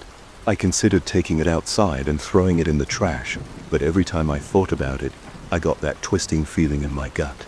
It was like a wave of nausea. My head would start to ache and I'd recall the sound of those voices. I tried to distract myself with TV, phone calls, anything, but it was always in the back of my mind. Maybe I was scared of what would happen if I tried to destroy it. Maybe I was curious. I'm not sure. On the 8th night, around 3 a.m, the radio turned on again. I jumped up from bed when I heard the static. I felt like I was in a nightmare. When I got to the kitchen, the radio was already in the middle of its insane whispering. I could almost see the speaker membrane vibrating with multiple voices. My head hurt. The low hum was so strong that my teeth buzzed. I clenched my jaw, trying not to panic. Then the voices quieted. One voice, deep and slow, said, "Go there, don't wait." That's all. It was enough to shake me up. I stood there for a long time, staring at the radio like it was some animal about to attack me. Eventually I left the kitchen and tried to sleep on the couch. I couldn't close my eyes without hearing that deep voice echo in my head. The next morning, I woke up feeling like I hadn't slept at all. My arms felt weak, my eyes burned. I tried to drink some coffee and go through my usual routine, but my thoughts kept circling around the warehouse on Maple Street. I decided to drive by it in the daylight. I figured I could take a quick look, see if anything stood out. Around noon, I got in my car and drove across town. My palms were sweaty on the steering wheel. When I reached Maple Street, I saw the old warehouse behind a chain-link fence. The place looked deserted. There was graffiti on the walls, broken windows, and a few dumpsters that looked like they hadn't been emptied in years. I didn't see any cars or signs of life. The gate was locked with a rusty chain. I parked across the street for a few minutes just watching. Nothing happened. I drove home, my mind swirling with possibilities. What was I expecting? Maybe I thought I'd see someone standing at the gate with a sign telling me to come in. Or maybe I'd see a notice about the building being condemned. I didn't see anything. I got home, made a sandwich, and tried to relax. I wanted to forget it, but it kept nagging at me. That night, I sat in my living room staring at the radio from a distance. I kept it unplugged. I turned off most of the lights in the apartment, wanting to see if the radio would glow. For hours, it stayed dark. Right as I was about to go to bed, I heard that faint crackle. My body tensed up and my heart started racing again. The radio's dial glowed faintly. I felt my palms sweat. I walked over, and the voices blasted through louder than before. They said names I recognized. Friends, co-workers, people I only speak to occasionally. I felt a surge of nausea in my stomach. The voices were frantic, like they were telling secrets too fast for me to understand. I knelt down, put my ear close. They kept repeating, "Come now."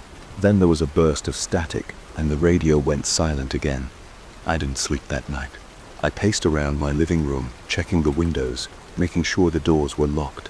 My body felt tense, like I was expecting a stranger to appear. Around 4 in the morning, I dozed off on the couch. When I woke up, sunlight was coming in through the blinds. My neck felt stiff. My back hurt. I checked the radio. It was still off. I got up, showered, ate breakfast, and decided I couldn't keep living like this. I had to decide whether to destroy the radio or follow its instructions, but every time I considered trashing it or smashing it with a hammer, I felt that wave of dread. It was almost physical, like a punch in the gut. My temples would start throbbing. My chest felt tight. I called my friend Mike. He knows a bit about electronics. I asked if he wanted an old World War era radio.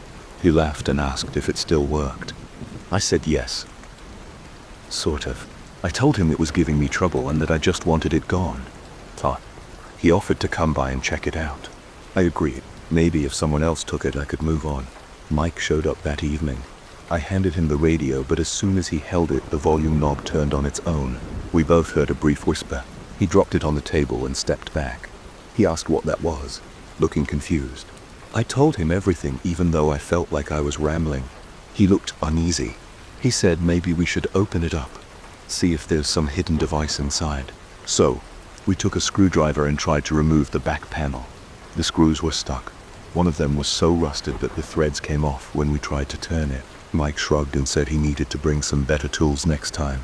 I felt disappointed, but also a bit relieved. Part of me worried about what we'd find inside. He left the radio there, saying he had to get home for dinner.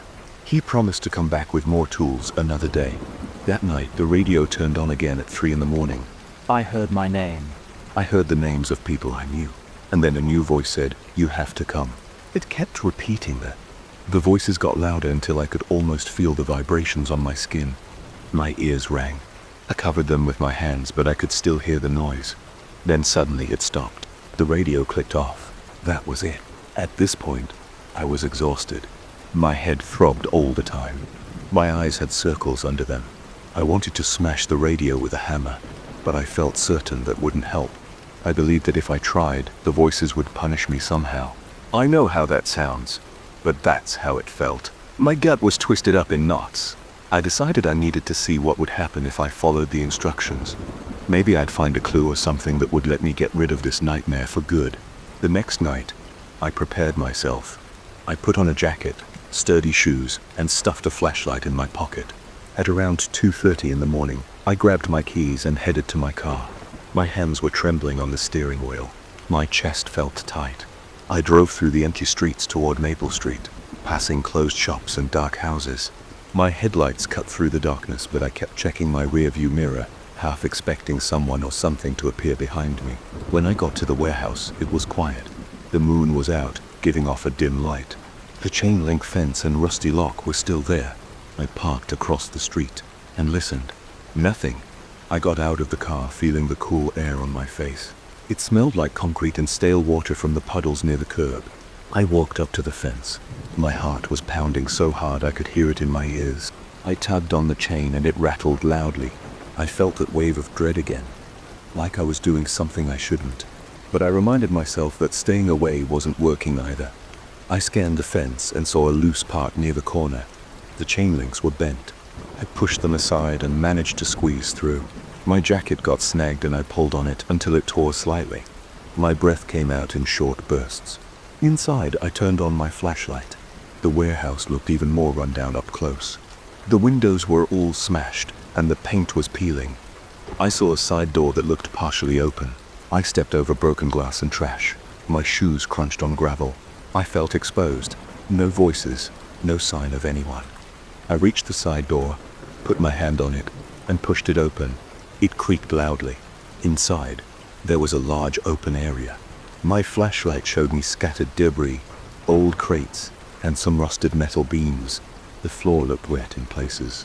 I took a few steps forward, scanning the darkness. My pulse was racing. I felt sweat trickle down my back. I kept thinking any second I'd hear those whispers or see someone, but it was silent. I called out, "Hello," my voice echoed. No reply. I showed the flashlight around, taking slow steps. I saw something that looked like a makeshift table in the corner. When I got closer, I saw a couple of broken radios, some old headphones, and scattered papers. My heart rate sped up. Was someone collecting radios here? I stepped closer. The papers were torn and covered in scribbles. I couldn't read them clearly. They looked like frequencies and random notes. I poked around for a few more minutes. I found nothing else significant. The place was empty. I felt a combination of relief and disappointment. I had expected something dramatic or terrifying. Instead, it was just an empty, decrepit warehouse with a few random items. After a while, I walked out the same way I came. As I squeezed back through the fence, my thoughts raced. Why did the radio want me here? Did I miss something? I drove home, my eyes scanning the rearview mirror the whole way. I parked, went inside, and saw that the radio was glowing. It was on even though it was unplugged. My body froze. My mouth went dry. I walked over, and the voices whispered again. They sounded angry, like they were scolding me. I couldn't make out exact words, but the tone felt accusatory. My stomach dropped. I said I went there. There was nothing. The voices crackled, then cut out. The radio clicked off. Now, I'm stuck in this cycle. Every night the radio comes on at 3 in the morning. The voices repeat that I need to return or that I have to do something else. Sometimes they chant my name. Sometimes they mention people in my life. Every time I think about getting rid of it, I feel like I'll lose my mind. The voice gets louder, and the static buzzes in my ears. My body seizes up with anxiety. I'm not sure how to break this connection. I haven't told my friend Mike about the last developments yet. I don't think he'd understand. I'm living in a constant state of tension, waiting for that moment in the early morning when the radio lights up and the voices start. I feel like I'm at their mercy. I don't know what they want, and I'm not sure if I can stand it much longer. But whenever I try to plan a way out, like throwing the radio into a river or smashing it with a sledgehammer, my thoughts get scrambled. My head throbs, my vision blurs, and I can't follow through. Entrapped with this thing. Now, every night I wait. I wait for those frantic whispers and that single voice commanding me to go back. I haven't found any solution yet, and I can see a way out. All I know is that the longer this goes on, the more intense the transmissions get. and I have no idea what's going to happen if I continue to resist. I noticed something strange a few weeks ago when I got out of bed and walked to the bathroom. I was rubbing my eyes and trying to wake up. My shoulder ached from sleeping on one side too long. When I passed by the mirror in the hallway, I saw my own reflection, which looked normal at first glance. Then I glanced at the floor. My shadow was slower than me, like it took an extra second to catch up. It was almost unnoticeable. I shrugged and thought I was just seeing things. I continued to the bathroom, splashed my face with cold water, and told myself I was probably still half asleep. Later that morning, I was in the kitchen making coffee.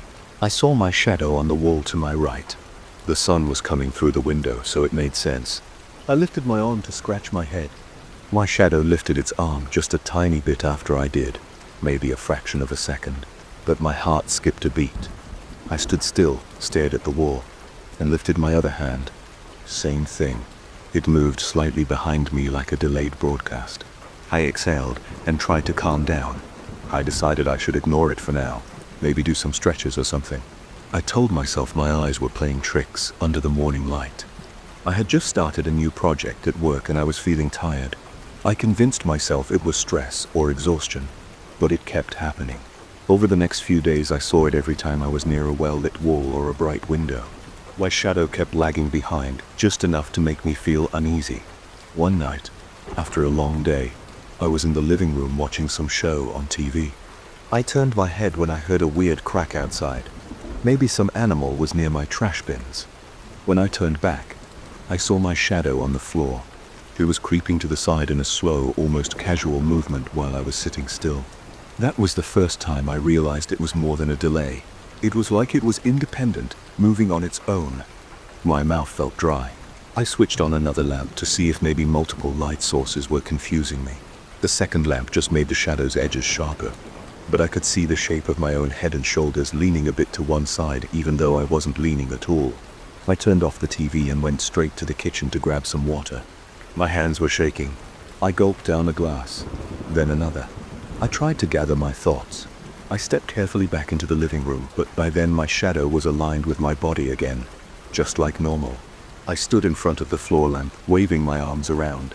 It mirrored me correctly now. I started to doubt myself. Maybe the tension from work was causing me to hallucinate. I decided I would get more rest. I walked to my bedroom, clicked off the lights, and just went to bed without another thought. The next day I woke up with an odd headache. My arms felt stiff. I went to brush my teeth and looked at myself in the mirror. My shadow was behind me, cast on the tiled wall of the bathroom because of the overhead light. I stared at it for a full minute, checking if it would move on its own. It didn't. I continued with my morning routine, but I was on edge. Every time I glanced at the floor or the walls, I felt my stomach knotting up, worried I'd see the shadow doing something strange. It stayed normal for most of the day. That evening, while I was reading in bed, my bedside lamp was the only light on. I started nodding off, letting the book slip. Suddenly, I noticed a shifting shape on the wall near my closet. It looked like a shadow was crossing from left to right. My first thought was that a car passed outside with its headlights shining in. I listened for an engine, but everything was quiet. The shape on the wall didn't match anything else in the room. I felt my pulse pounding in my neck. I slid out of bed slowly, not wanting to make sudden movements. I flicked on the overhead light. The walls looked normal again. My shadow was where I expected it to be, but a cold chill ran over my arms. I felt the hair on the back of my neck stand up. I couldn't shake the feeling that something had just walked across my room. I picked up a small flashlight from my nightstand drawer, walked around the bedroom, opened the closet, and checked under the bed. Everything was empty and still. I told myself I was being foolish. I got back into bed and forced myself to sleep. A few days passed without any unusual incidents. I started to relax again. Then it happened in the middle of the day. I was in my home office, working on my computer. The curtains were half open. There was a soft light in the room, but not too bright.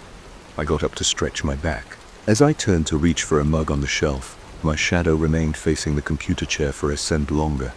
It didn't turn with me. I let out a short gasp. My skin felt prickly. I set my mug down, backed away, and just stared. The shadow turned slowly to face me as if it was catching up. Then it stood still, matching my shape again. I felt sweat forming on my temples. I didn't know what to do. I walked over to the light switch, turned it off and turned it on again. The shadow flickered and moved with the change in lighting. But it didn't separate from me that time. My heart was thudding against my chest. I tried to focus on breathing. I closed my laptop and decided to go for a walk around the block to calm down. Outside, everything was normal. The sun was setting, and I could see my shadow trailing behind me in the streetlights. But I didn't notice any delay. The air was cool. I walked for about 15 minutes, trying to clear my head. When I got back, I went straight for a shower. I let the hot water run over my shoulders. I stared at the tiled wall, thinking I must be dealing with some kind of extreme stress or sleep problem. That night I turned off all the lights, except a small lamp in the hallway. I thought if I kept the apartment mostly dark, I could avoid seeing my shadow do anything weird. But around midnight I woke up to use the bathroom. I walked back to my bedroom and saw a faint outline against the wall. It looked like a person's silhouette, but I knew it was mine. The difference was that there wasn't any direct light source in my room strong enough to cast a clear shadow. I stood frozen. My heart was racing so hard I could hear it in my ears. The shape moved an arm, but I was standing still. I rubbed my eyes. I flicked the bedroom light on. The silhouette was gone. My throat was tight. I couldn't decide if I should run out of the apartment or stay. I ended up pacing around my bedroom for a while, feeling restless. My body was tense and my mind was buzzing with questions. I tried looking up weird phenomena on my phone, searching phrases like shadow moving on its own or delayed shadow. I mostly found fantasy stories or superstitions that made me more nervous. Over the next few nights, the behavior became more intense. Sometimes I'd catch the shadow in my peripheral vision gliding across a wall without me moving. A couple of times I woke up with the feeling that something was watching me. I'd open my eyes and see that silhouette near the corner as if it were crouching down. It was always gone when I turned on the lights, but I could still feel my chest pounding and my muscles tightening. I started leaving lamps on in the living room and hallway, hoping constant light would remove the strange illusions. It didn't help much. One evening, I was sitting at the kitchen table, eating a quick dinner. The overhead fixture was bright enough to illuminate the entire room. I felt a shift in the air like a draft passing by. Then I heard a faint scraping sound by the fridge. I pushed my chair back slowly, got up, and checked behind the fridge. Nothing was there, but when I turned around I saw a dim shape on the far wall near the sink. It was my shadow, except it was on the opposite wall from where it should have been. I didn't see any direct line of light that would cast it there. My stomach cramped up. I felt a wave of cold sweat on my forehead. I stepped closer and the shape slid along the wall, almost behind the counter, out of my view. That was when I really panicked. I grabbed a large flashlight from a cabinet and shone it at the wall, searching for the shadow. Nothing. I turned on every light in the apartment, checked each room, opening closets, looking under furniture, opening curtains, making sure everything was bright. I didn't see it move again. But I was so tense I couldn't sleep. I stayed up in the living room, flipping channels on the TV, keeping my eyes on the walls as much as possible. By early morning I passed out on the couch, still clutching the flashlight. The next night was worse. I was lying in bed staring at the ceiling, unable to relax. Around 2 a.m., I felt a weight on my chest, like the air got heavier. I opened my eyes and saw the shadow on the wall next to my bed. It wasn't just a flat outline, it looked thicker, darker. It glided to the corner where my dresser stood and crouched there like it was watching. My breath got stuck in my throat. I felt a tremor in my hands. I slowly reached for my phone on the nightstand. I wanted to shine its flashlight at it. Before I could do that, the shadow stretched upward, slid across the wall, and disappeared into the dim corner. My heart was hammering. I noticed I was sweating so much my shirt was damp. I sat up in bed, turned on the lamp, and tried to say something, but my voice was trembling too much. I felt like I should speak to it or yell at it to leave me alone, but I couldn't form the words. I got up, went to the bathroom, and splashed water on my face. Then I checked the mirror. My reflection was normal, but I felt this overwhelming fear that something was right behind me. I spun around, saw nothing. I turned the bathroom lights off and on, trying to see if any weird shadows would appear. Nothing. But that didn't calm me down. For the next hour, I sat on my bed, propped against the headboard with the overhead light on. I didn't see the shadow again that night, but I couldn't sleep. My head throbbed. My legs felt restless and my stomach kept twisting in knots. I wondered if this thing would somehow take over my body, or appear in broad daylight in front of other people. I imagined trying to explain it to someone, but I couldn't figure out how to start that conversation. Eventually, I forced myself to lie down and close my eyes. I don't know what time I finally fell asleep, but I woke up the next morning with the lights still on. My eyes were bloodshot, my back was stiff, and I felt like I hadn't really rested. I checked around the room. I saw no movement on the walls or floor. I turned off the light and walked to the kitchen to make coffee. Part of me wanted to smash every light bulb in the apartment and live in darkness, but I doubted that would help. I knew this thing was more than a normal shadow. It didn't need a light source anymore. It seemed to appear wherever it wanted. Over the following days, I tried to act normally. I went to work, did my tasks, came home. My appetite was shot, and I was jumpy at any sudden movement in my peripheral vision. My coworkers asked if I was okay. I lied and said I was dealing with allergies or a mild flu. I forced myself to keep my professional life together, but at night, the tension always returned.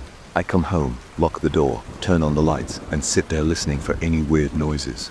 Sometimes I'd catch a glimpse of the shadow on a wall and my spine would tense up. Once or twice, I felt it brush against me, like a rush of cold air over my arms. But when I looked, there was nothing but the normal darkness in the corners. 2 nights ago, I woke up around 3 a.m. I saw the silhouette on my bedroom wall. It was standing, not crouching like it was waiting. I blinked, and it stepped away from the wall, but left a faint outline behind, like a smear of darkness. I rubbed my eyes. When I looked again, there was nothing there, just the plain wall. I stayed awake until sunrise, too wired to relax. I'm telling this now because it feels like it's getting worse. I can't ignore it. I can't brush it off as a trick of the light. It's real, and it's happening in my own apartment. My shadow has broken free, in some sense. It doesn't need my movements to dictate what it does. It lingers in corners, creeps across floors, appears on walls without any light source. I can hear faint scraping noises when it's near. Sometimes I feel a drop in temperature or heaviness in the air. When it moves, it feels like it's looking for a way out, like it wants to tear itself away from me completely. I don't know what it is, or how to fight it. I don't know if it's an entity feeding on my fear, or something else entirely. I just know it's real and I can't sleep at night. I keep every light on, but that doesn't stop it. It just shows up wherever it wants. The worst part is watching it stand still like it's waiting for the right moment. That makes my hands shake and heart race. I've thought about leaving this apartment and sleeping in a hotel, but I'm not sure it would help. Wherever I go, my shadow follows me. That's what it does. I'm stuck with it. That's what it is. I feel cornered in my own home, trying to keep an eye on every surface it might appear on. I walk around with a flashlight even in daylight, just in case I see it start to move without me. I can't explain it, and I'm afraid to tell anyone. So I live with it, hoping it doesn't get stronger, hoping it doesn't decide to do something worse, hoping I don't lose my mind every time it creeps around me. I'm waiting, alert, trying not to blink when I see it stirring in the corner of the room. That's all I can do right now. It's there, and it wants to be free, and I'm afraid of what will happen if it succeeds. I jolted awake on the couch with my heart pounding. My hand shook against the worn-out cushion, and I realized the TV was still on. The screen showed some late-night infomercial, but I couldn't focus on the words. I sat up and wiped sweat off my forehead. Something felt wrong in the room. The air seemed thick, and my stomach knotted. I didn't know why. I tried to shake it off, but my eyes kept drifting to the tiny hallway that led to my bedroom. I heard a faint sound like paper rustling. My pulse raced. I pushed myself up, walked toward the noise, and stopped at my bedroom door. The noise came from inside the room, near the old dresser under the window. I opened the door and flicked on the light. My dresser was still closed, but the top drawer was slightly ajar. I heard another faint rustle. It sounded like pages turning, but I couldn't see anything moving. My arms felt clammy and a shiver ran through my back. I forced myself to move forward. My bare feet dragged on the floor, and I felt the rough carpet under my toes. I put my hand on the dresser handle, paused for a second, and pulled it. The inside smelled like old fabric and wood. Under a stack of t-shirts, I found an odd notebook. It was plain with a black cover and blank pages. Maybe I tossed it there years ago, I didn't remember. I'd never seen it before, and I felt a sudden wave of confusion. It had no label, no design, nothing on it. I placed it on the dresser top and stared at it. I flipped through the pages. They were empty. My mind was restless, but I told myself it was just a random find. I closed the drawer, took the notebook, and turned off the light. I went back to the couch, laid the notebook on the coffee table, and sat in silence. I felt a mild headache building behind my eyes. I switched the TV off and tried to get some rest, but I kept looking at the notebook every few minutes. It never moved. By the time I finally forced myself to lie down, I was exhausted. The next morning I woke up with a stiff neck and a sour taste in my mouth. I got dressed and looked at the notebook again. It was still there, untouched. I shrugged it off, made some coffee, and decided to use it for jotting down ideas for a project I'd been thinking about. I grabbed a pen, sat at my small kitchen table, and started writing a few notes about my schedule for the week. After a few lines, I closed the notebook. The pen glided smoothly across the paper. It was just a normal notebook in my hands. I didn't notice anything strange at that moment. Later in the day, I felt a tug in my gut. Something made me open the notebook again. My chest tightened when I saw pages filled with words in neat, old-fashioned handwriting. My mouth went dry. These weren't my words. They described places I'd never heard of, places with strange names that looked foreign to me. They mentioned labyrinths, stone altars, and rituals. My mind reeled as I flipped through more pages. It wasn't just random scribbles.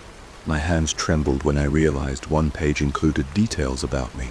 Facts I never shared with anyone, not even close friends. There were references to hidden rooms, dark corridors, and instructions for rituals involving bizarre artifacts. It mentioned a scar on my left shoulder from an accident I had as a teenager. I never told anyone about that scar. It's small, and people rarely notice it. Yet I felt lightheaded. My breath came fast. I scanned the room to be sure I was alone. My heart thumped. I couldn't stop looking at the words. The handwriting was precise, with sharp angles. The letters looked like they'd been written with a fountain pen. The ink had a faded black color. My fingers tingled. I shut the notebook, jumped up from the chair, and paced around the kitchen. I glanced at the clock on the wall. The second hand ticked slowly, and I felt every moment drag. I grabbed my car keys and left the apartment. I needed air. I drove around for a while without a clear destination. My head felt heavy, and my eyes darted from side to side as if expecting something to appear in the street. I parked at a small coffee shop, went inside, and ordered a black coffee. I sat by the window and tried to calm down. The sun shone on the sidewalk, and people walked by. Everything seemed normal, but I couldn't erase the image of those pages from my mind. I kept remembering the lines about altars, robed figures, chanting in the dark. I wondered if I was having some kind of breakdown. Maybe I'd written those things myself in my sleep. The idea made my stomach churn. After sitting in the coffee shop for an hour, I decided to drive back. I walked up the stairs to my apartment, unlocked the door, and stood in the living room. The notebook was on the kitchen table right where I left it, but I felt a chill as if the temperature had dropped. I approached it slowly, hesitating before picking it up. I noticed more pages filled with writing. It was the same harsh handwriting. There were references to creatures described as tall shadows with long limbs. The text said they inhabited tunnels beneath old buildings. I felt sweat dripping down my neck. My heartbeat pounded in my ears. I set the notebook down again and backed away. My eyes stung. I realized I was staring for too long. I forced myself to think clearly. I couldn't just throw it away. I needed to understand what it was. I grabbed it, walked to my living room couch, and placed it on the coffee table. I sat down, feeling the worn cushions beneath me. My leg bounced nervously.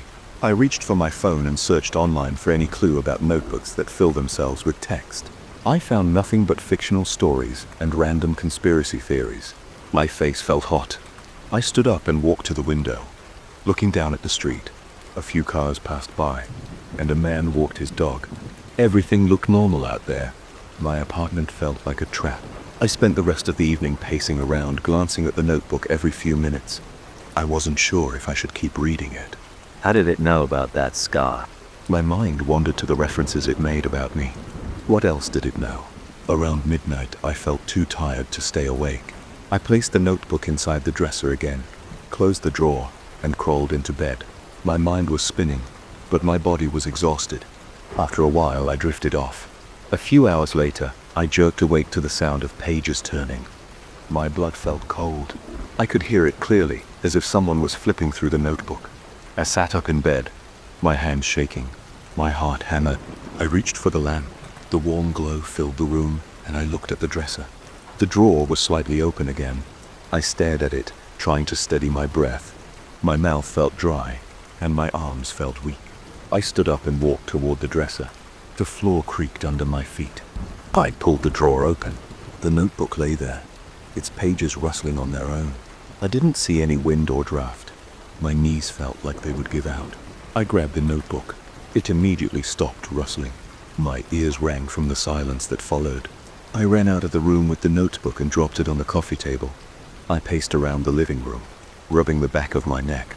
My skin burned from anxiety. I didn't dare open it again at that moment. I sat on the couch with my head in my hands, trying to slow my breathing. My mind was racing, but I forced myself to stay still. After several minutes, I stood up, locked the bedroom door, and grabbed a spare blanket. I slept on the couch that night, though I barely got any rest. When morning came, my eyes felt gritty, and my neck was sore. I looked at the notebook on the table and decided to read it again. I wanted to see if any new writing had appeared. I opened it carefully. More pages were filled. They mentioned a place called the Red Mill, an old abandoned building outside of town. I'd heard of it before, but only in passing. People said it was shut down years ago. The notebook instructed me to drive there at night. It said I would find a hidden basement. My scalp prickled as I read these words. The text also described a ritual room with strange symbols on the floor. It said there was something important for me to find. I couldn't deny the intense urge to follow these directions. My stomach turned and my legs felt restless. Around noon, I paced back and forth, snapping my fingers in agitation. I tried to ignore it, but the urge wouldn't go away. The apartment felt suffocating. I had nowhere else to go. My thoughts kept returning to that location. I checked the time and told myself I would just drive by. Nothing more. I grabbed my jacket, phone, and keys, and left the apartment, leaving the notebook behind. The drive felt long, even though it was only a few miles past the outskirts of town. I saw the Red Mill silhouette at the end of a gravel road. The building was 2 stories with faded red paint and boarded up windows. The surrounding grass was tall, rustling in the breeze. I parked my car on the roadside. I stepped out, feeling a cool wind on my face. I felt my throat tighten. The place looked deserted. Gravel crunched under my shoes. I looked around. There was no sign of anyone. I walked closer, noticing that the boards on the windows were rotted. The door was partially open, hanging on broken hinges. I peeked inside. Dust floated in the sunlight. My eyes stung from the stale air. The interior was mostly empty, with old beams and a warped floor. I glanced around, listening for any noise. I moved slowly through the first room, stepping over broken pieces of wood. My skin crawled. The place felt like it was holding its breath, waiting for something. I stayed alert, my ears straining for any sound. All I heard was the faint whistle of wind through the cracks. In the corner, I spotted a staircase leading down. There was a heavy padlock on a door at the bottom. My heart thumped. The notebook's text mentioned a hidden basement. That had to be it. My hands trembled as I walked down the stairs. I rattled the padlock. It felt old. I looked around for a tool, rummaging through debris on the floor. I found a rusted crowbar. My palms felt slick as I jammed the crowbar into the lock. It took some effort, but the metal gave way with a loud snap. My ears rang from the impact and my heart pounded. I pulled the door open and a strong smell of mold hit me. I coughed and covered my nose. I reached for my phone and turned on its flashlight. The beam lit up a narrow hallway. The walls were damp, and the floor was uneven concrete. I took a few cautious steps inside. My chest felt tight, and my mouth went dry. The flashlight showed an archway at the end, leading into a larger room. I approached it, feeling my stomach twist. Inside, I saw a circular space. The walls had strange markings carved into them, lines forming weird shapes, some kind of pattern covering the entire surface. There was a stone platform in the center. It looked smooth, like it had been polished. I walked around it, aiming the flashlight at every corner. My skin tingled. I felt pressure in my ears like the air was heavy. There was nothing else in the room except the markings and that platform. I wanted to run, but I also felt compelled to stay. My heart was pounding so hard it hurt. Then I heard the sound of pages turning. The noise echoed in the damp air. I spun around, shining my light everywhere. I couldn't see anyone. The sound continued for a few seconds, then stopped. My body shook. I remembered my notebook on my coffee table at home, so it couldn't be here. Yet, the sound was real. My breathing grew ragged. My eyes stung with sweat. I moved toward the archway, planning to get out of there. Suddenly, I heard footsteps above me. I froze. I couldn't tell how many steps there were, but they moved slowly across the floor above. My heart thundered. I aimed my flashlight at the door, half expecting someone to appear. The footsteps faded and the silence was worse than before. I stepped back, keeping the light on the hallway. So I felt a strong urge to run, so I did. I dashed through the doorway, up the stairs, and back into the main floor. No one was there. My pulse hammered in my ears. I sprinted outside, ran to my car, and jumped in. I locked the doors and sat there for a moment, trying to calm down. My hands were shaking so much it was hard to grip the steering wheel.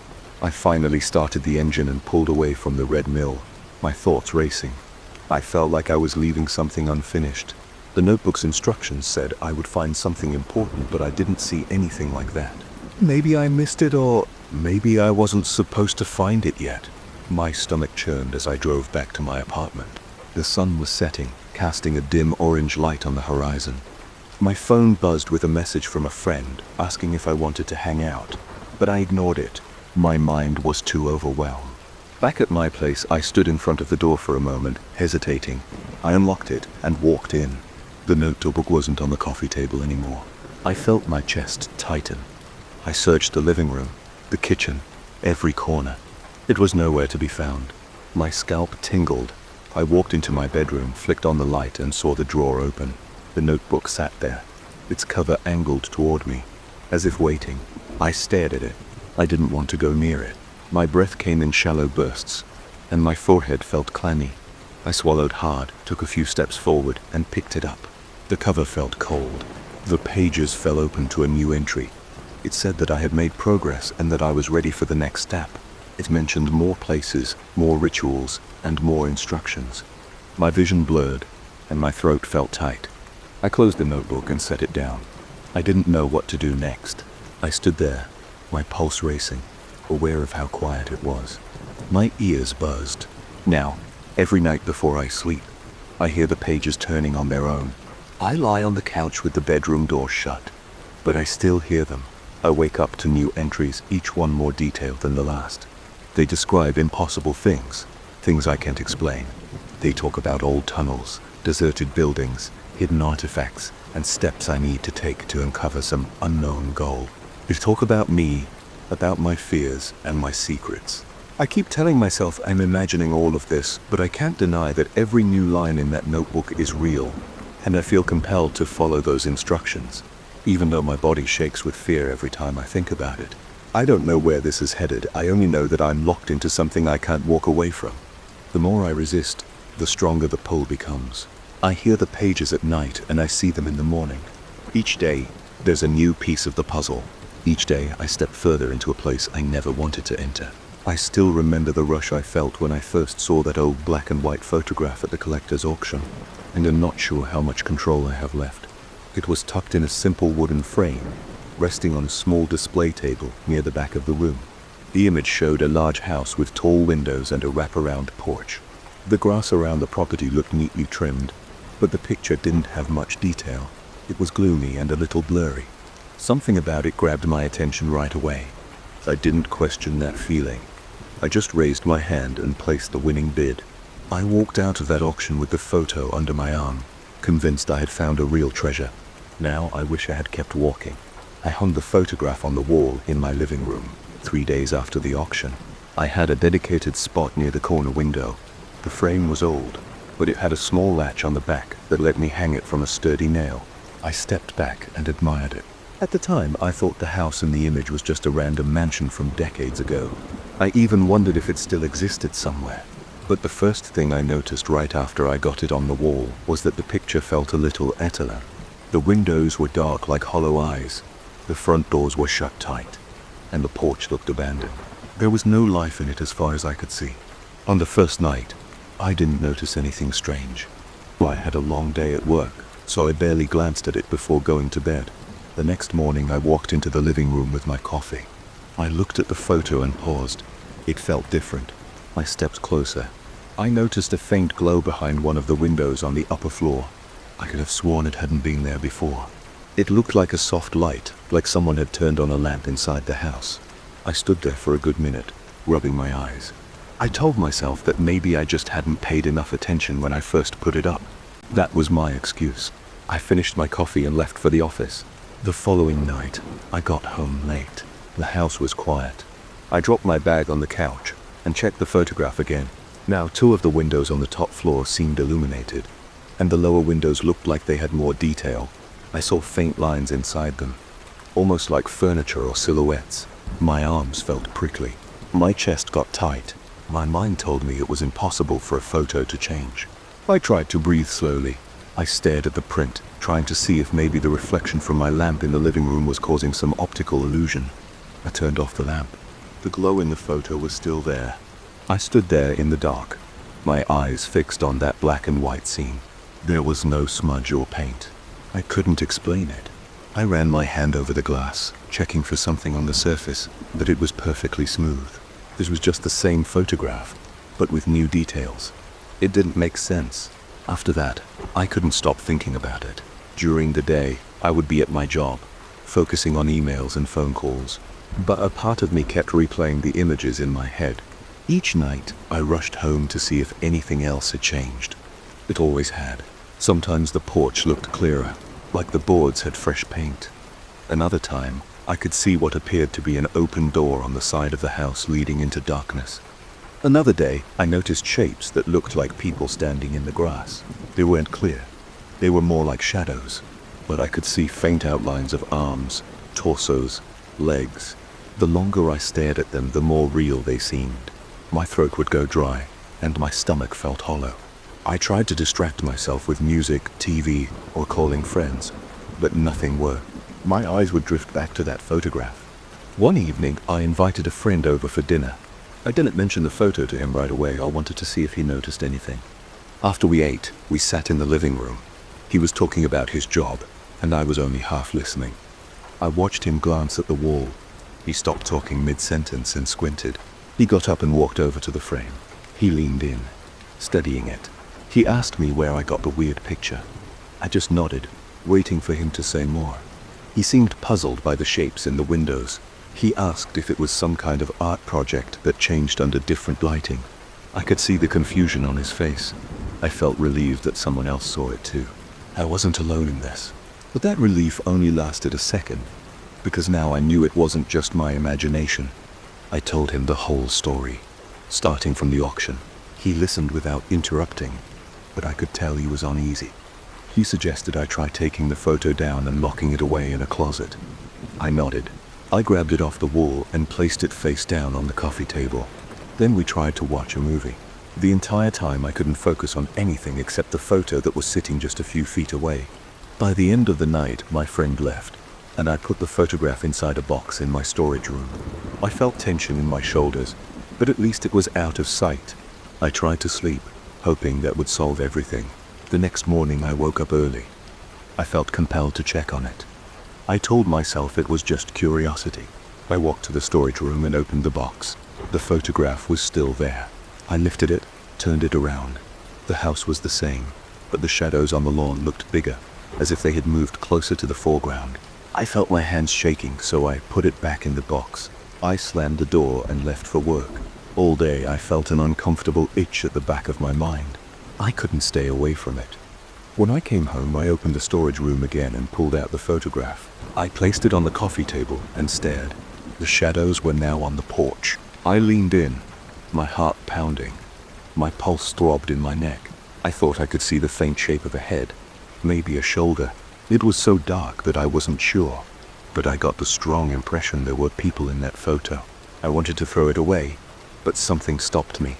I couldn't explain it. It was like I was drawn to it and repelled by it at the same time. I grabbed a notepad and started writing down what I saw. I told myself I needed to keep track of the changes. Day by day, I documented any new details. On Wednesday, I noticed that one of the doors on the porch was now halfway open. On Thursday, I saw a second figure standing near the edge of the grass, wearing something that looked like a long coat. On Friday, a light appeared in what I guessed was the foyer. These changes kept piling up, and I felt more and more on edge. My nights were restless. Every little noise in my house made me jump. My living room was quiet, with only a lamp by my recliner turned on. I kept looking over at the photograph, half expecting the figures to walk right out of it. One night I was sitting on my couch flipping through a magazine, trying to distract myself. The photograph lay face down on the coffee table because I couldn't bear to see it. Suddenly, I heard a scraping sound. It wasn't loud, but it came from the direction of the coffee table. I felt a sharp jolt in my chest. My skin went cold. I slowly placed the magazine down and got to my feet. My legs felt weak. I moved closer to the coffee table. The photograph was in the same position, but the box behind it had shifted an inch or two. I couldn't figure out how that box moved. I stared at it. There was no draft, and nothing else was disturbed. My heart hammered. My mind raced. I lifted the frame and turned it over. Now the front door in the picture was wide open. A person stood on the threshold. The figure was clearer than any of the others. I gasped, covering my mouth with one hand. My stomach felt like it had dropped to the floor. It looked like me. I set the photo down and backed away. My arms were shaking, and my head spun. It was me, or something that looked exactly like me, right at the entrance to that house. I rubbed my face and paced around the room. I had no idea how that could even happen. My eyes stung from not blinking. My breath came in short bursts. I wanted to scream or do something to break this tension. I picked up my phone and dialed my friend, the same one who'd been over for dinner. He didn't answer. I left a message, my voice trembling. I just said I needed him to call me back. Then I stared at the photo again. The figure hadn't moved. It just stood there, facing out. I couldn't sleep that night. I kept the photo on the coffee table, facing up as if I needed to watch it. I sat on my couch with every light in the room turned on. My body felt exhausted, but my mind refused to rest. Around 2 a.m. I started to nod off. Then I heard a soft tapping sound. It was gentle, like knuckles on glass. I jolted away and looked around. My heart pounded. I realized the sound seemed to be coming from the photograph. I stood up on shaky legs and peered closer. I tapped it with my finger, and it made a dull thud. The glass over the picture looked undisturbed. There was no second tap, but I swear I heard it. My hands were clammy. My t-shirt stuck to my back. I felt like I was in a place I didn't recognize, even though it was my own living room. The next day, I called in sick to work. I couldn't function. My mind was completely occupied with this bizarre situation. I spent the morning trying to research the photograph or the house it showed. I scoured the internet searching for any detail. I tried words like old mansion, haunted photograph, and the name of the auction house. I found nothing that looked like the house in my picture. Eventually, I gave up and walked back to my living room. The sun was shining through the curtains, giving the space a warm glow. The photograph, though, seemed darker. The sky in the background looked stormy now, with clouds forming around the roof. That wasn't there before. My reflection in the glass looked pale and drawn. The figure that resembled me was still at the front door, but now it appeared to be stepping off the porch onto the grass. My chest tightened. My hands felt numb. I rested a hand on the back of the couch to steady myself. I thought about tossing the photo into a fire pit or smashing it, but some instinct warned me against that.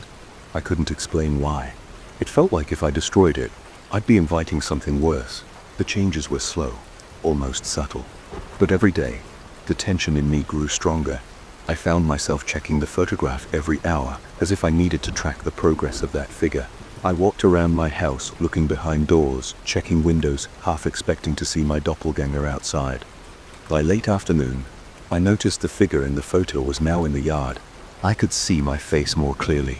The eyes were blank, like there was no expression. The lips were slightly parted, and the head tilted up, staring at whoever was looking at the picture. My throat felt tight. I thought about the possibility that it was trying to get out. I pictured it stepping out of the photo and appearing in my living room. So my pulse raced, my ears rang. I locked every door in my house, feeling foolish but unable to help it. As evening fell, I sat on the couch, staring at the photograph. The sky in it was almost black now, like nighttime. The porch lights were on, and I could see more shadows around the yard. The figure that resembled me was closer to the lower edge of the frame, as though it was about to step beyond the boundary of the picture. I shivered, rubbing my arms. The silence in my house weighed on me. My breathing was shallow. I kept my phone in my hand, ready to call my friend again, but he hadn't responded to my earlier message. I glanced at the time.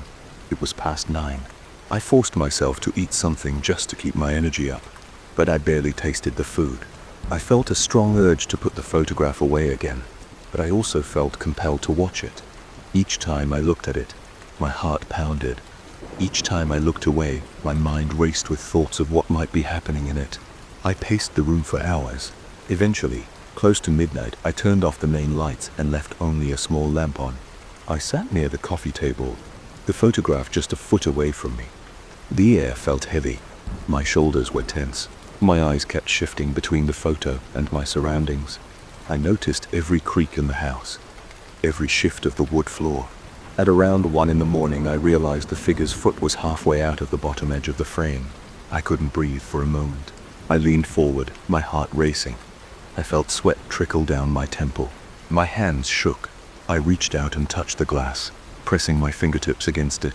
It felt solid and cool, but the figure in the image was almost out of view. I sat back, clenching my fists. My mind flashed with the idea that any second, something could appear in my peripheral vision. I whipped my head around, expecting to see a shape in the dark corners of my house. But there was nothing. I was alone. Now it's well past midnight, and I'm writing this down because I need to focus on something. The photograph is on the table facing me. The figure is almost completely gone from the scene. The rest of the yard still shows the other shadows, and the house windows are lit. My pulse is thudding in my ears. My mouth is dry. I keep looking at my front door, half expecting to hear a knock or see the handle turn. I feel alert and terrified. I can hear my heartbeat. My entire body feels tense, like I'm bracing for something. I'm afraid that whatever is inside that photograph is trying to reach me. I'm afraid I won't be able to stop it. My body feels worn out from this stress, but I can't bring myself to turn away now. I'm keeping my eyes on the picture. If I see movement, he'll try to react. I don't know if I can do anything, but I need to be ready. That's where I am right now. I'm sitting here, writing, hoping that talking about it will make me feel less alone. I can explain how a photograph can change like this, or how it can contain a figure that looks just like me. All I know is that it does, and that figure is almost out of the frame. I'm watching every inch of it. I'm watching my front door. I'm waiting, and I'm praying nothing happens, even though I'm pretty sure it will. I have no one to call who would believe me. I'm trapped in this strange vigil, listening to every little sound, checking every shadow on the walls. My eyes are stinging from strain, but I can't blink for more than a second. And every time I do, I worry that when I look back, that figure might be standing right in front of me. I bought my vacation property about 6 months ago. At first I felt excited about the open land, the quiet nights, and the chance to walk in the nearby forest whenever I wanted. I didn't bother with official trails most of the time. I preferred to wander. I liked how the ground felt under my boots, and I enjoyed stopping to listen to the rustle of leaves. I'm a simple guy. I like fresh air and the smell of damp soil. That's all I needed. But after a week of staying here, something started happening that I couldn't explain. I woke up on the 7th morning feeling a bit out of sorts. It wasn't anything major. I just felt a slight headache and this odd pressure in my ears. I decided a walk would clear my head. I grabbed my jacket, stepped outside, and made my way toward the forest line. The sky was a dull gray that morning. A mild breeze blew across my face. The trees looked normal enough. I noticed a few birds hopping around in the branches. My boots crunched on dead leaves as I followed the faint path I had made for myself over the last few days. My headache started to ease up, and my breathing felt more steady. I started to think it had just been a bad night's sleep. Then I heard it, a whisper. I stopped. It sounded a bit like my name, but I wasn't sure. I stood there, straining my ears. I heard the wind rustle the branches. I heard something like a soft sigh. I didn't hear my name again. I shrugged it off. I figured it was just the breeze. I kept walking for another 15 minutes. I felt fine apart from that small trace of discomfort in the back of my head. I took deep breaths, enjoying the scent of wet earth. I decided I'd had enough for the morning, so I turned back. Everything seemed normal. The next day, I noticed I kept looking over my shoulder. It was the 8th day of my stay, and I felt nervous for no specific reason. My stomach was a bit unsettled. I tried to read a book on the back porch, but I found myself getting restless. I put the book aside, stood up, and looked out at the trees. I decided I should go for another walk, hoping it would calm me down. As I walked into the forest, I tried to relax my shoulders and breathe slower. After a while, I heard it again. This time it was clearer. It sounded like someone whispering my name in a low, drawn-out tone. My scalp tingled. My throat tightened. I turned around. No one was there. I stood there for a few seconds. Then the whisper came again. It was coming from deeper in the forest. I tried to tell myself it was just the wind, but it didn't sound random. It sounded like a person or something trying to get my attention. My heart pounded. My palms started sweating. Still, I felt a strange pull. I told myself I was imagining things, but I couldn't ignore it. I walked further in, passing through thicker undergrowth. The air felt colder. My jacket didn't seem to help. I heard the whisper again, always faint, always right on the edge of hearing. I noticed the way the light dimmed under the canopy. I felt a chill across my neck. My back muscles tensed. I kept moving forward, pushing branches aside with my forearm. At some point, I stumbled upon a trail that looked old and unused. It wasn't marked or anything. It looked overgrown, and I saw patches of moss on rocks at the edges. The whisper got louder. I felt my heartbeat in my chest and in my ears. I followed that trail for maybe 10 or 15 minutes. It was easy to lose track of time. I wasn't thinking about anything else. I just wanted to find out what was calling me. I didn't see any people. I didn't see wildlife either. Everything seemed too quiet. I heard the crunch of my steps. I heard my own breathing, shallow and tense. Then I came upon a clearing.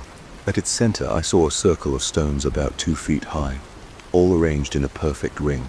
Each stone had green moss creeping over it. Some had old markings that looked like carvings. I don't know what they meant. I could see grooves and lines, but I couldn't read any of it. My stomach twisted into knots. The whisper stopped the moment I stepped inside the clearing. I stood there, looking around. The trees surrounding the clearing were tall, their branches seeming to block out most of the sky. The area felt colder. I could see my breath forming faint clouds in the air. I didn't like the silence. It felt heavy. I felt as though the clearing was sealed off from the outside world. My heart thudded against my chest. My skin prickled. I approached the circle. My boots sank into the soft, wet ground. I bent down and touched one of the stones. The surface was damp and rough. I ran my finger along one of the carved lines. It felt sharp at the edges. I looked over my shoulder. I couldn't see anyone, but I sensed eyes on me. A branch snapped somewhere behind me. I spun around, fists clenched. Nothing there. I stood perfectly still. My breath came in short bursts. My pulse drummed in my ears. I felt a twitch in my left eye. Then I heard a soft rustle, almost like cloth dragging across the ground. I turned again. I saw nothing, but the hair on my arm stood up. My forehead felt clammy. I backed away from the circle of stones without turning my back on the clearing. My feet stumbled on roots, but I managed to stay upright. I felt like I had to leave. I muttered something like, "I don't belong here," under my breath. My voice sounded shaky even to me. I rushed out of the clearing, following the trail in reverse. The cold air pressed against my face. I could feel sweat dripping down my temples. Every few steps, I glanced over my shoulder. The trees loomed on each side. The wind picked up a bit, and the branches made creaking sounds overhead. Eventually, I broke back into a more familiar part of the forest. I recognized the fallen log near the small stream I liked to follow.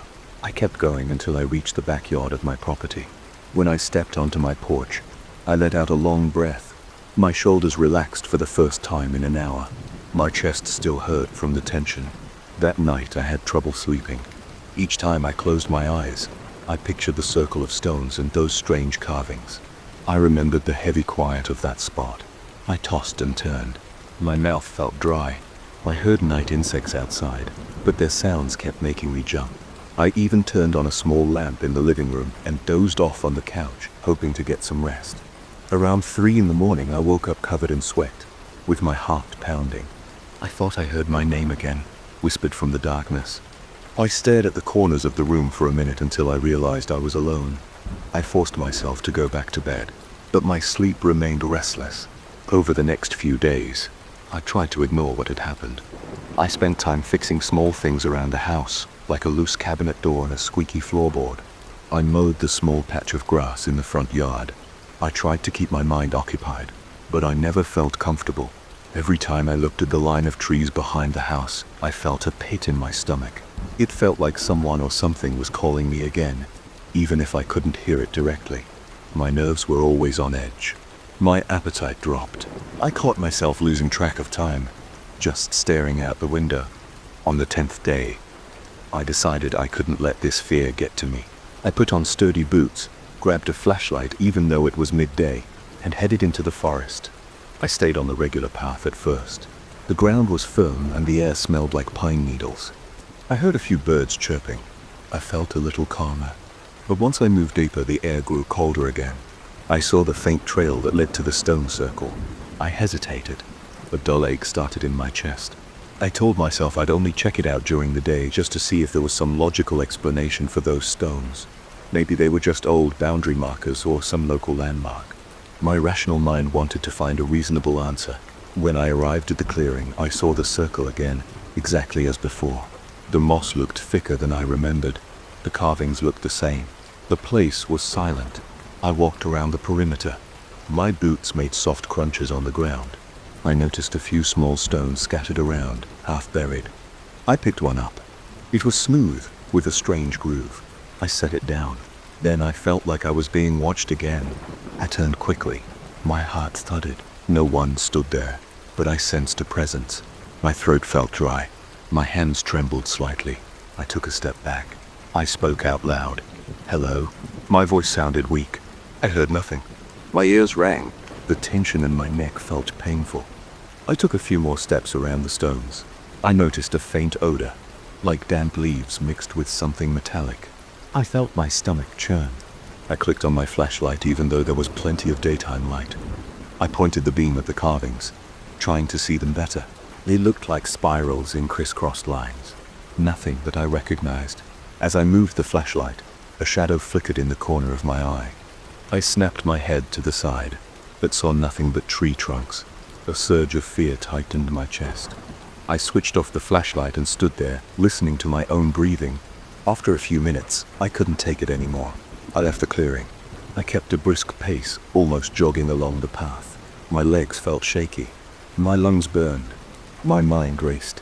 I returned to the house and locked the doors, even though it was daytime. I stood in the living room, panting. Sweat gathered under my shirt. My hands shook as I poured myself some water and gulped it down. I tried to calm myself by turning on the TV, but I couldn't focus on anything. That evening, I tried to read a local hiking guide I had found in the house. I looked for any reference to old stone circles, ancient carvings, or anything like that. I found nothing. The guide just listed well-known trails and a few scenic spots. No mention of anything hidden. I felt frustrated and anxious. My headache returned, and my ears felt pressurized. I walked over to the window and stared into the darkness. The forest felt alive. I stood there waiting to see if any lights or movement caught my eye. I thought I saw a flicker, but it might have been my imagination. My pulse raced.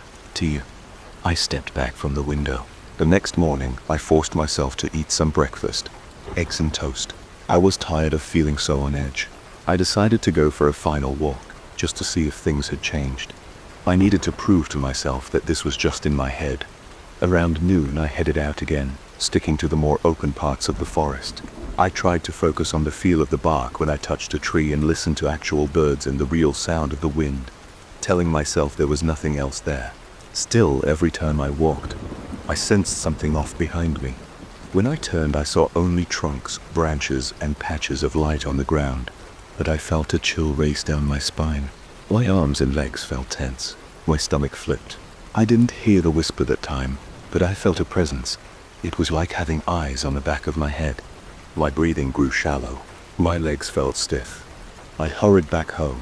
By the time I reached my yard, my heart hammered so hard I could feel the pulses in my wrists. I leaned against the wall, closing my eyes for a moment. My throat burned from breathing so hard. Since then, I can't walk through the forest without that same feeling. My skin feels cold, like the temperature drops by 10 degrees as soon as I step under the branches. My eyes dart around, searching for movement. I hear faint rustling, footsteps or breathing. Sometimes I smell that damp metallic odor again. My entire body tenses. My ears ring. My mouth goes dry. I try to push forward, telling myself it's just the environment. Maybe my nerves. But the fear doesn't leave. Back at the house, I keep the windows locked at night. I sit on the couch, listening for any sounds outside. Sometimes I hear branches scraping against the roof or the wind, knocking against a shutter. It always makes my heart skip a beat. I can see anything in the darkness, but I feel like something's moving out there. I feel pinned by an unseen stare. When I wake up in the morning, I feel relief for a split second until I remember where I am. I don't have any logical explanation. I haven't found any sign of people messing with me. I haven't found any local legends about that circle of stones. I've considered leaving early, but I put my savings into this place. It's supposed to be my retreat. Instead, it's turning into something else. Every time I step into the forest now, I feel followed. I feel a chill at my back. I feel my nerves tighten. I know I'm not imagining it, but I can't prove otherwise. All I can do is keep my guard up and try not to let it drive me out. So far, I'm still here. I still walk the woods some mornings, looking over my shoulder every few steps. I listen for whispers. I glance at the trees, waiting for movement. My heart pounds, and sometimes I break into a sweat. But I keep going because part of me wants to see if it ever ends. Part of me hopes that maybe it's all just nerves. Part of me wonders if something else is really out there, hidden among the mossy stones and silent branches waiting for me to come closer again. And that's my story of this place so far. It's tense, it's unsettling, but it's mine. And for now I'm not leaving. I froze last night when I heard a soft creak outside my bedroom door. My heart started pounding so hard I thought my chest might burst. There was no one else in the house. I had locked every window and door. Still, the sound kept echoing in the hallway. One step at a time, like slow, deliberate footsteps moving closer. That's why I'm telling this now. I need to get it off my chest. I can't keep ignoring the fact that something is wrong with the second floor of my new place. I moved into this small townhouse a few weeks ago. It's in a quiet neighborhood with mostly older people. I like the location because it's near my work and the rent is within my budget. The house is narrow, with a cramped living room, a small kitchen, and a staircase leading up to 2 bedrooms on the second floor. It seemed perfect for me. I don't have a lot of stuff, and I plan to use the second bedroom as a small office or storage area. It felt good to have a place of my own. The first few days were fine. I unpacked my boxes and arranged my furniture. I hung a few pictures on the walls. Nothing strange happened during the daytime. The corridor on the second floor is short. It runs maybe 10 feet from the top of the stairs to the door of my main bedroom. On the left is a bathroom, and on the right is the second bedroom. It felt normal at first. I measured it by walking from the staircase to my room. It took about 5 steps, depending on whether I counted that first half step when I came off the last stair. I remember thinking the place was cozy. About a week into living here, I started noticing something off at night. I would leave my room to go to the bathroom in the dark and realize it took more steps than usual to reach the door. I thought I was just tired. The next night it happened again, and I got a weird chill across my neck. It felt like the air was denser, like there was a faint vibration in the floor. I would return to my bedroom and lock the door, telling myself that I was imagining things. I tried to ignore the feeling, but it kept growing. On the 8th or 9th day, I decided to test my impressions. I waited until dark around 11 p.m. Then I turned off every light upstairs. I stood at the top of the stairs and counted my steps out loud. 1, 2, 3. I expected my bedroom door to be right there. It wasn't. I reached out in the dark, groping for the doorknob, but only touched empty air. I tried to keep my breathing steady, but it got faster. I took 2 more steps and finally felt the doorknob brush against my fingertips. I pushed the door open and shut it behind me. I remembered that earlier in the day, it only took 5 steps. Now it took 7. That was the moment I realized I wasn't imagining anything. I started checking the hallway every morning, counting my steps in the daylight. It was always 5. The distance never changed. It stayed consistent. The bathroom door, the second bedroom door, and the main bedroom door were all where they should be. But when the sun went down, something shifted. At night, the corridor stretched itself. Sometimes it became 7 steps, sometimes 8. It never went beyond 8, but that was enough to make me uneasy. I noticed the doors seemed to move around as well. On some nights, the bathroom door was closer to the top of the stairs than usual. On other nights, it was further away. I tried turning on all the lights at night, hoping it would fix the problem. That first attempt was on a Friday after I came home late from work.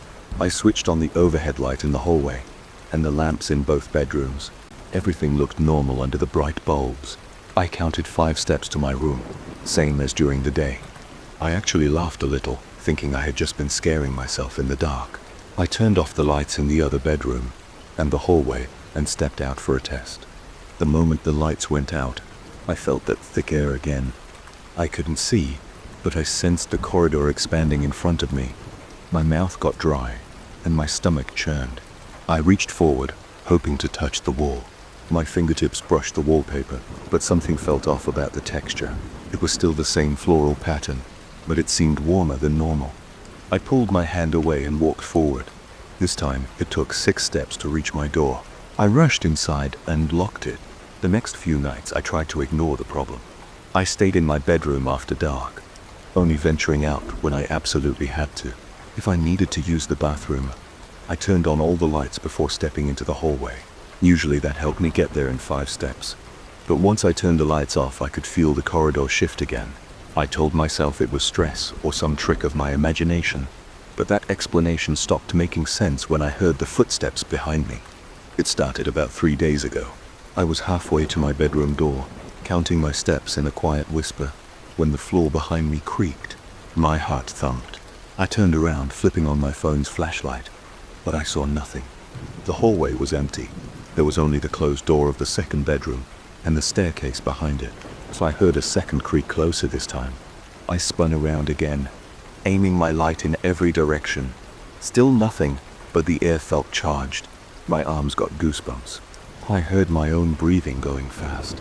I grabbed my bedroom doorknob and yanked the door open. Then I slammed it shut and leaned against it. My chest felt tight, like I couldn't get a full breath. I remember sliding down onto the floor, staring at the bottom of the door. I felt sure that something was on the other side, waiting. I tried to sleep that night, but every time I closed my eyes, I heard the same light creaking in the hallway. It sounded like small steps pacing back and forth. I stuffed earplugs in my ears and pulled a blanket over my head. Eventually, I drifted off for a couple of hours. The next morning, I walked into the corridor in daylight. Everything was normal. The distance between the doors was the same as always, and the floor didn't make any unusual noises. I told myself I was just anxious and tired, but the feeling stayed with me all day. That evening, I decided to test the length of the corridor again. I turned off the upstairs lights and stood near the top of the stairs, phone flashlight in hand. I pointed the beam at the floor and started walking. I tried to stay calm. The corridor felt longer right away. I counted 1, 2, 3, 4, 5, 6. The corridor just went on. I aimed the light forward and saw my bedroom door, but it seemed far away. The door to the second bedroom was now behind me on the left. Normally, it should be on my right if I'm facing my bedroom door. That made my stomach twist. I turned my head quickly to the right, expecting the bathroom door, but I only saw more hallway. My pulse started racing. I took another step and heard a floorboard creak behind me. I whipped around, shining the flashlight over the space. It was empty. My throat felt tight. I took 3 more steps, keeping the light pointed forward. Finally, I reached my bedroom door after 9 steps. I rushed inside, locked the door, and sat on the edge of my bed. My hands were shaking. I stayed in my room for the rest of that night. I forced myself to sleep by watching some random videos on my phone until I dozed off. I kept waking up every couple of hours, listening to see if there were footsteps outside. Several times I heard light creaks and soft taps in the hallway. I didn't check. I just stayed in bed, pulled the blanket up to my ears, and tried to think about anything else. The next morning I considered moving out. It crossed my mind that I might not be safe in this house, but I've invested money in this place. I can't just walk away from it. I tried calling an old friend, but I felt stupid explaining the situation. I ended up telling him that I was having trouble sleeping in my new house. I didn't get into specifics, I just mentioned creaking floors and weird drafts. He suggested a few quick fixes like checking the insulation or having the floorboards tightened. I pretended I'd do that and ended the call. It didn't help. I spent most of the day pacing around downstairs, trying to gather the nerve to inspect the hallway in daylight. Around noon, I went upstairs and walked the corridor. It was definitely 5 steps from the stairs to my bedroom door. Everything looked normal. I opened the second bedroom door, checked inside, saw the same bare walls and a stack of boxes I hadn't unpacked yet. Then I opened the bathroom door, saw the sink and tub, nothing out of place. I leaned down and pressed on the floorboards. They creaked a bit, but not in any unusual way. I thought about sleeping somewhere else that night, maybe a cheap hotel, but I decided to stay because I didn't want to show fear to an empty space. That was my thinking at the time. Right after dusk, I started getting that feeling of dread. My palms got sweaty, and I felt a need to stay in my bedroom with the door locked. Around 8 in the evening, I turned on all the lights in the living room and kitchen. I made a quick sandwich, ate it without much appetite, and tried to distract myself by watching TV in the living room, but I couldn't relax. Every few minutes I glanced at the staircase. Around 10 p.m., I decided to go to bed. I turned off the downstairs lights, made sure the front door was locked, then started up the stairs. As soon as I reached the top step, the uneasy feeling returned. The hallway looked the same as always, but my body tensed up. I walked straight to my bedroom door, ignoring everything else. It only took 5 steps. I got into my room, locked the door, and took a quick shower in the adjoining bathroom. After that, I got into bed and turned off the light, hoping to fall asleep fast. Sometime around midnight, I had to use the bathroom. The main bathroom is in the hallway, not attached to my bedroom. I tried to ignore the urge, but I lay there for another hour before I couldn't stand it anymore. Eventually, I got up and opened my bedroom door. The hallway was dark. I reached for the light switch, but the bulb didn't turn on. My breath caught in my throat. I tried the switch a few more times, flipping it up and down. No light. My phone was still on the nightstand, so I didn't have a flashlight. I stepped out anyway. My eyes adjusted a little to the darkness, and I could see the faint outline of the walls. I walked slowly, counting my steps in my head. 1, 2, 3, 4, nothing. I stopped. The floor creaked behind me. I turned around, but saw only darkness. I whispered to myself, telling myself to stay calm. I took a deep breath and moved forward. 5, 6. Then another creaked behind me. Close. I looked over my shoulder, but there was nothing there. My heart pounded so hard I felt it in my ears. I started to hurry, stumbling as I tried to reach the bathroom door, but I couldn't find it. My hand brushed against a wall, but there was no door frame. I panicked. I moved my hand along the surface, feeling for the doorknob. I found nothing. I took another step forward. The floor creaked behind me again, and I let out a shaky breath. I felt sweat drip down my forehead. I heard another creak, then another, like someone was walking in time with me, matching my steps. 1, 2, 3. My stomach clenched and my chest felt tight. I turned back toward the bedroom, even though I couldn't see it. I reached out for the wall, feeling my way along. My fingertips slid across the wallpaper, and I moved as quickly as I dared. After 3 steps, I realized I had no idea where I was. The hallway seemed to shift around me. I kept walking, each footstep making a hollow sound on the floorboards. There was a steady series of creaks behind me, like they were echoing my movements. 1. After what felt like 2 or 3 minutes, my hand finally knocked against the edge of a door. I grabbed the knob and turned it.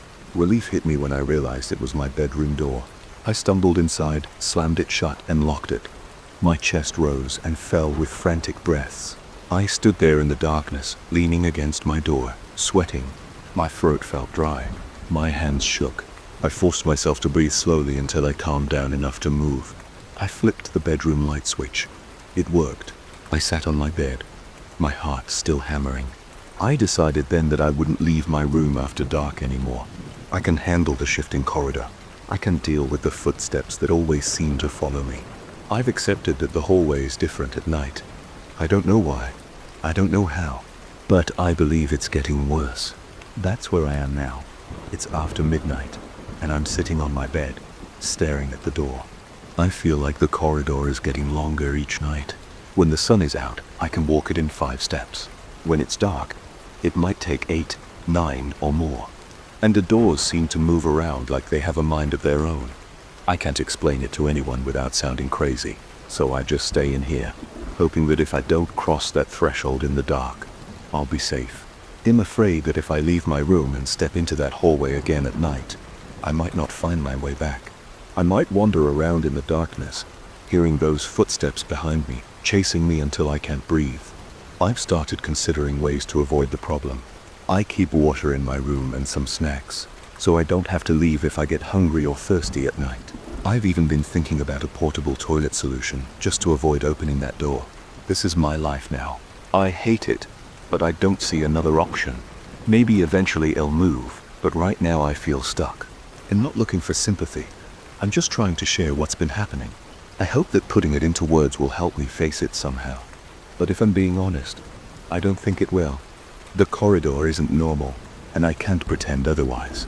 At least in daylight it's quiet, and I can walk around without getting lost. But once the sun goes down, that space changes. It's alive somehow, and it doesn't want me there. So I stay in my bedroom alone, waiting for morning. I hope that's enough to keep me safe. I hope one day I'll work up the courage to leave this place for good.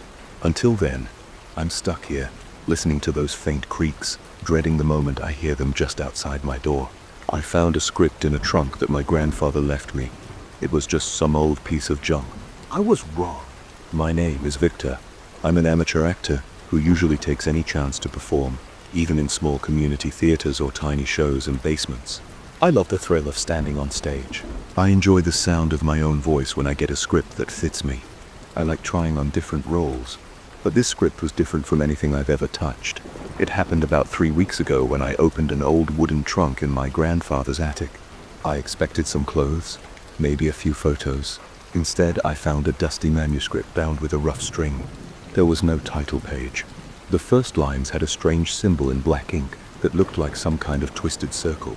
I started reading right there in the attic, holding a flashlight and breathing in stale air.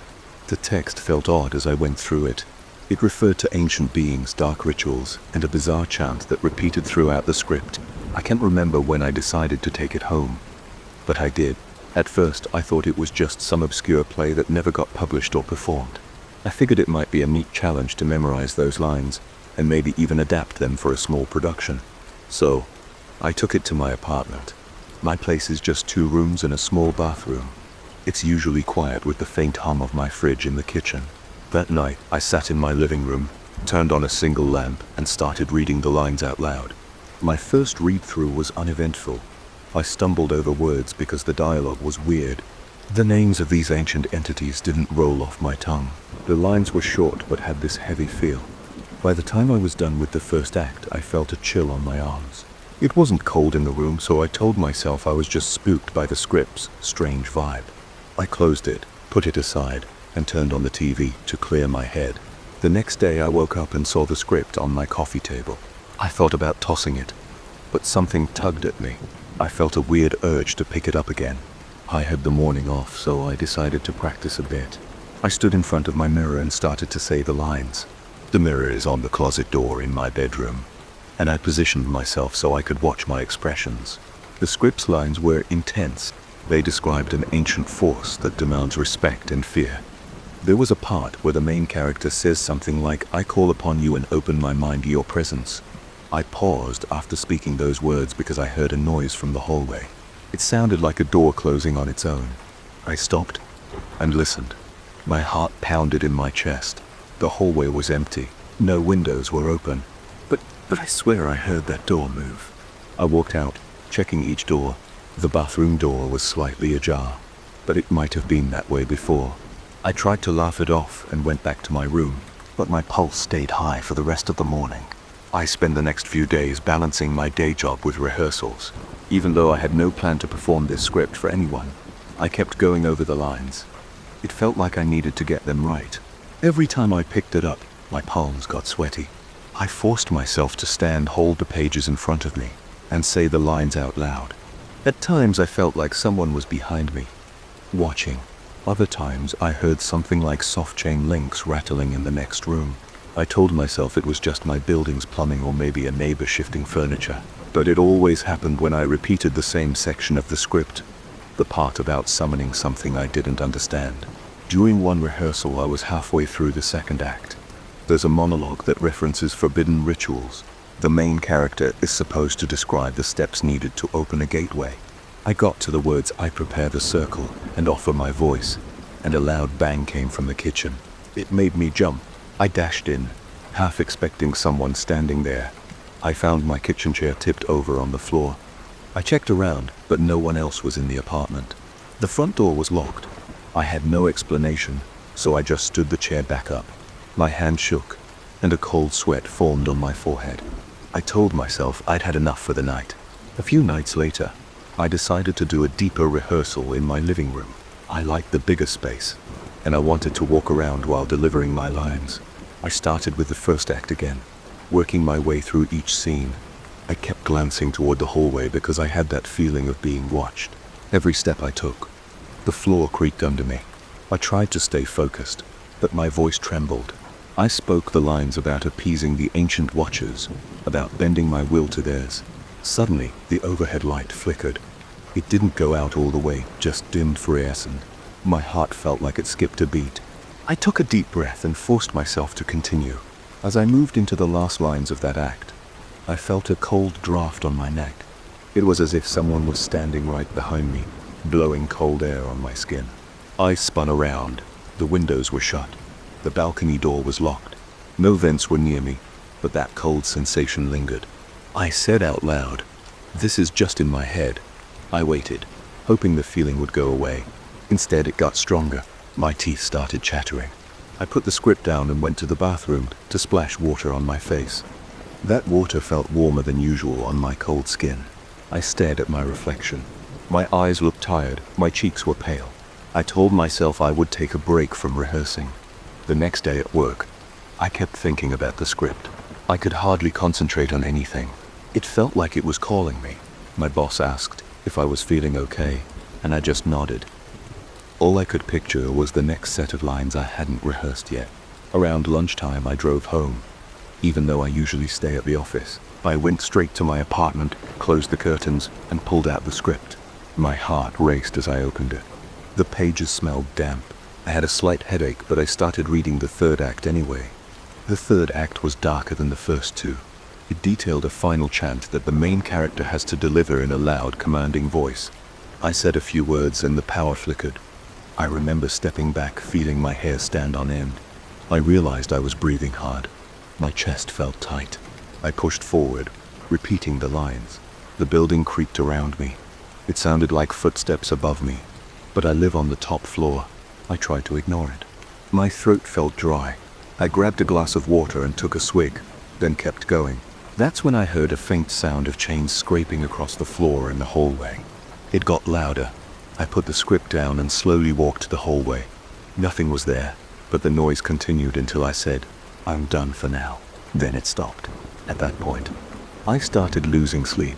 Every time I lay in bed, I kept hearing the lines from the script repeating in my head. My mind wouldn't shut off. I got out of bed and paced around the living room, feeling an invisible weight on my shoulders. I realized I was talking to myself, repeating those weird lines without even holding the script. It was like they were burned into my memory. A week passed, and I decided I needed to do a full run-through. I didn't know why, but I couldn't fight the urge. I wanted to see if finishing the entire play would bring me peace. So one evening I set up my living room like a stage. I moved the coffee table aside, turned the lights down, and placed a chair in the corner. I took a deep breath and started from the very first line. My voice was shaky at first, but then I slipped into the character's mindset. During the first act, the overhead light flickered again. I heard faint knocking sounds coming from the walls. My mouth felt dry. I powered through the lines. I let my voice fill the room, ignoring the echo of something that sounded like it was scraping along the baseboards. When I reached the second act, the cold draft returned. This time it circled me like a current of air moving around in a loop. I could feel goosebumps rising on my arms. My breath came out in shaky bursts. I kept speaking though. My ears felt blocked, as if I was underwater. My fingertips tingled. I saw the shadows on the walls shift, but I had no direct source of moving light. As I approached the final act, my head pounded. I could feel my heart thudding and my eyes burned from not blinking enough. I kept forgetting to breathe properly. I mumbled a line, then repeated it louder. I heard a crash in the kitchen, but I didn't stop. I forced the words out. I could taste something metallic in my mouth, but I pushed through. The last few lines described a final invocation. I heard my own voice echo in the apartment. My lips trembled, but the words came out. As I reached the last line, my legs felt weak. I steadied myself by gripping the back of the chair. My voice turned hoarse, but I got the sentence out. I opened a path and surrendered to the watchers. A sudden gust of cold wind swept through the room then. My curtains flew upward and the lamp flickered. I stumbled back, my teeth clamped tight as the cold cut into my skin. I swear I heard whispering, like dozens of voices at once. I couldn't make out the words, but it felt like the entire space was filled with them. That's when I noticed the mirror in the corner of the room. Usually it just shows my reflection, but this time I saw faces, pale with hollow eyes, rows of silent onlookers staring at me from behind the glass. It looked like a whole audience crammed into that mirror. My stomach twisted and I felt an urge to vomit. I turned away, but I could still feel them on me, like their gaze was pressing down on my shoulders. I tried to move, but my legs felt numb. My hands shook so badly that I dropped the script. The pages scattered across the floor. I tried to speak, but no sound came out. My mouth just hung open. The whispering continued, growing louder. It seemed to fill my entire apartment, bouncing off the walls, making my ears ring. The cold wind rushed past me again, rattling the chairs and making the lamp swing. My breath was short. I hunched forward. My spine tingled with sharp jolts that felt like electric shocks. I glanced at the mirror again. The faces were closer. Their lips didn't move, yet I heard them whisper. I couldn't look away. It felt like a magnet pulling my eyes toward them. I managed to step back, pressing myself against the wall. The sound of my heart hammered in my ears. Sweat dripped down my face, but it turned cold as soon as it formed. My clothes stuck to my body. I forced myself to close my eyes and breathe in. When I opened them, the mirror was empty. It was just my reflection, looking terrified. I heard my own ragged breathing echo around me. For a moment, everything was still.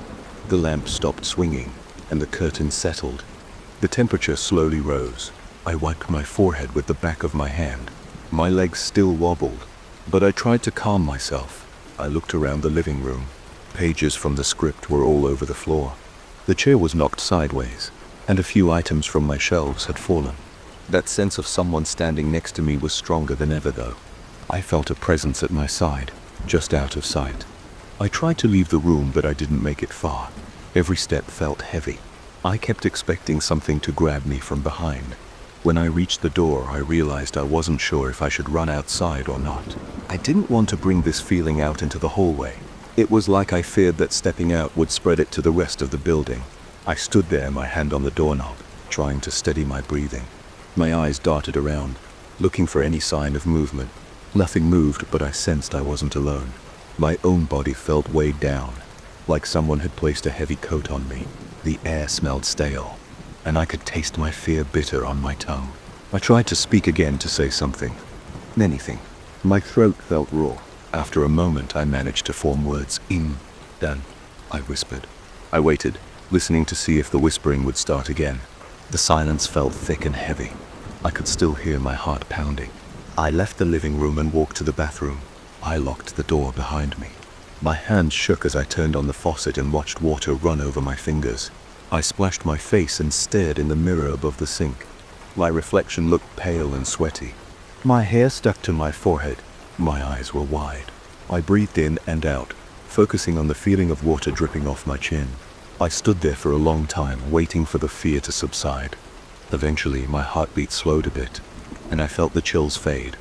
But the room still felt occupied. I couldn't ignore that tension in the air. I pressed my back against the bathroom door and slid down to the floor, hugging my knees.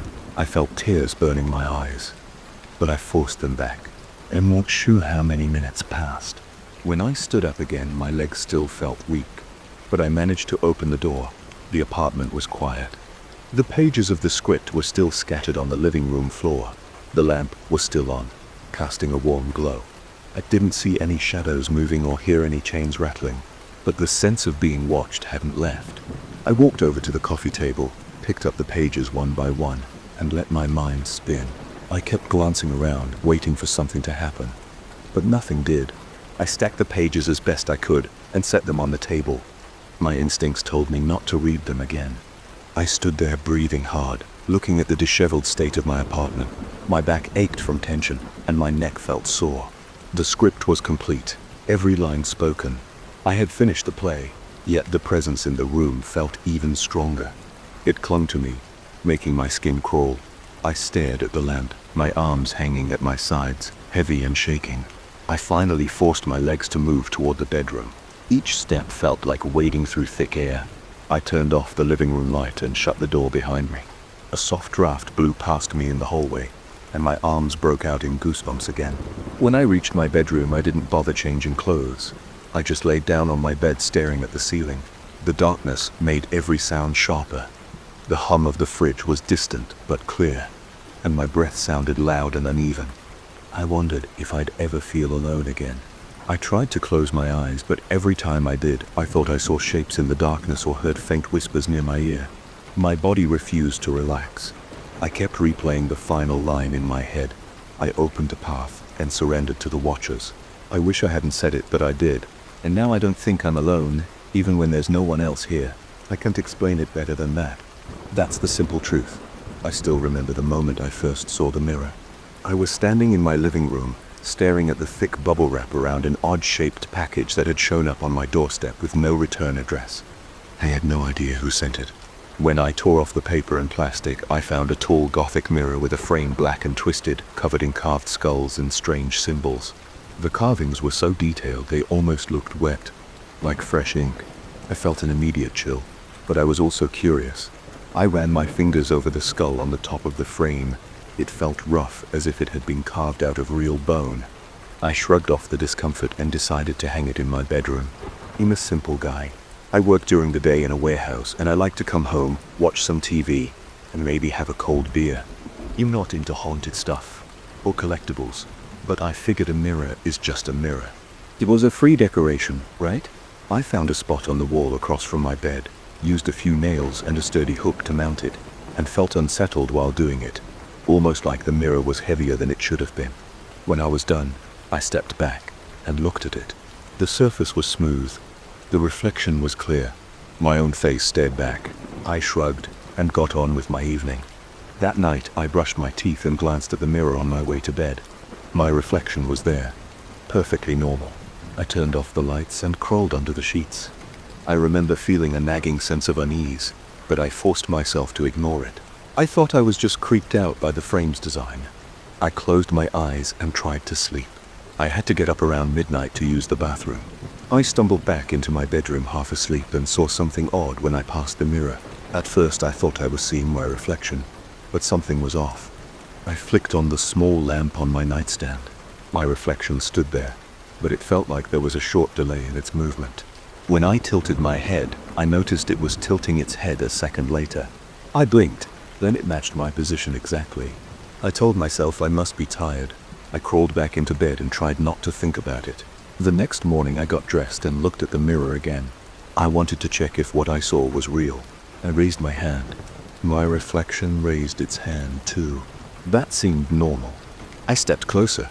My reflection stepped closer. Again, it felt normal. I let out a breath and decided I must have imagined everything the night before. I went to work. For a few days, the mirror didn't do anything strange. It was just there, hanging on my wall with that disturbing frame. I'd catch myself staring at it sometimes, especially at night. I'd notice how the carved skulls seemed to shift in the dim light, but I told myself it was just my mind playing tricks on me. I tried to move on. One night I was watching a late-night show in my living room. I felt like getting a snack, so I headed to the kitchen. My bedroom door was open, and the mirror was visible at an angle. I glanced into it from the hallway and froze. My reflection was standing there, but it wasn't doing what I was doing. I was standing in the hallway, leaning slightly to see inside the bedroom. But in the mirror, I saw myself straight on, facing forward, looking right at me. I wasn't moving, I was just standing in the middle of my reflection's version of my room, staring back. My stomach turned, and my mouth went dry. I forced myself to step closer. The reflection stepped closer too, but it kept a cold stare fixed on me. I felt a rush of adrenaline. My heart pounded. I tried to speak, but nothing came out. I reached up to my face slowly and wiped some sweat off my forehead. In the mirror, my reflection did the same motion, but it was slower, more deliberate. His eyes didn't leave mine. I felt like something was pulling me toward the glass. I wanted to run, but I also needed to make sure I wasn't losing my mind. I forced my legs to move. I walked into the bedroom. The reflection followed me. Then, as soon as I stood right in front of it, everything went back to normal. I saw my face sweaty and scared, but moving with me. I swallowed hard. My hands were shaking. I didn't sleep well that night. I kept thinking about the reflection's eyes. They looked angry or maybe accusing. Whenever I closed my eyes, I pictured that cold stare. At one point I tried to distract myself with my phone, but I couldn't focus. I ended up leaving the TV on for background noise until morning. Over the next few days, I tried to avoid looking in that mirror. I'd get dressed in the bathroom or take a quick glance at my hair before leaving for work, but I couldn't ignore that there was something wrong with it. It felt like it was watching me.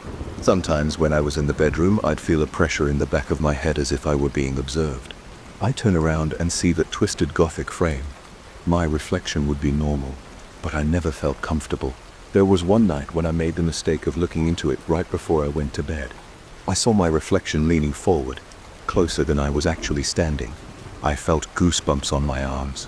I stepped back, but my reflection stayed closer to the glass. I could see the outline of its shoulders as if it were about to push through the surface. Then, a blink later, it snapped back to match my position. I let out a shaky breath. My chest felt tight. I turned off the light and crawled under the covers. My heart was racing for at least an hour before I finally dozed off. Another time, I walked into my bedroom and saw that the mirror wasn't reflecting my room at all. Instead, it showed some dark space, with walls that looked damp. The light in that scene was very dim, like a single torch or candle in the distance. I couldn't see a flame, just a faint flicker that cast odd shadows. The walls had a rough, uneven texture like stone blocks. I felt a chill. I actually pinched my arm to make sure I wasn't dreaming. I took a step toward the mirror. My feet felt heavy. My pulse thundered in my ears. As I got closer, I thought I heard a distant echo, like a dripping sound or a faint shuffle of feet in a corridor. The air in my bedroom was still, but my arms prickled with sweat, right when I got within a foot of the glass. The reflection snapped back to my normal room. It felt like someone had just pulled a curtain across a stage. I almost stumbled backward. My breaths were short, and I had to sit on the edge of my bed to calm myself. I tried to distract myself with everyday things after that. I'd go to work early and stay late. I'd come home and watch TV, or sometimes I'd just sit in the living room with the lights on. But I still had to walk past that mirror. Sometimes I'd see myself. Other times I'd see that place, that crypt-like space. It never stayed long, but it was always enough to make my heart pound. I decided to call a friend of mine, Stephen. He's not an expert on the occult, but I thought he might know something about antique shops or weird artifact. I told him about the mirror and the strange frame. I tried to keep my voice steady, but my hands shook the entire time I held the phone. He said he'd never heard of anything like that, but he told me to get rid of it if it was causing me stress. I thought about it. I even considered taking it out to the curb or smashing it. But every time I worked up the nerve to actually remove it from my wall, I felt a sick feeling in my stomach. It was like the mirror wouldn't let me. That sounds dramatic, but it's the best way I can describe it. My arms felt heavy whenever I thought about taking it down. My heart rate would spike and I'd get short of breath. So I kept putting it off. One evening, I tried to cover the mirror with a blanket. I had an old blanket in my closet and I dragged it out. My palms were sweating as I stood there, staring at the skulls and twisted designs in the frame. I tossed the blanket over the top edge. For a moment I felt some relief. I didn't have to see my reflection or that crypt anymore. But then I heard a soft scraping sound, like someone dragging a fingernail over wood. I jerked back. The blanket slipped off the mirror, landing at my feet. I looked at the surface and saw my reflection's eyes locked on me. I noticed a flicker of a grin. like it was mocking my attempt. I felt my stomach churn. I left the mirror uncovered because I was scared of that scraping sound. I didn't try it again.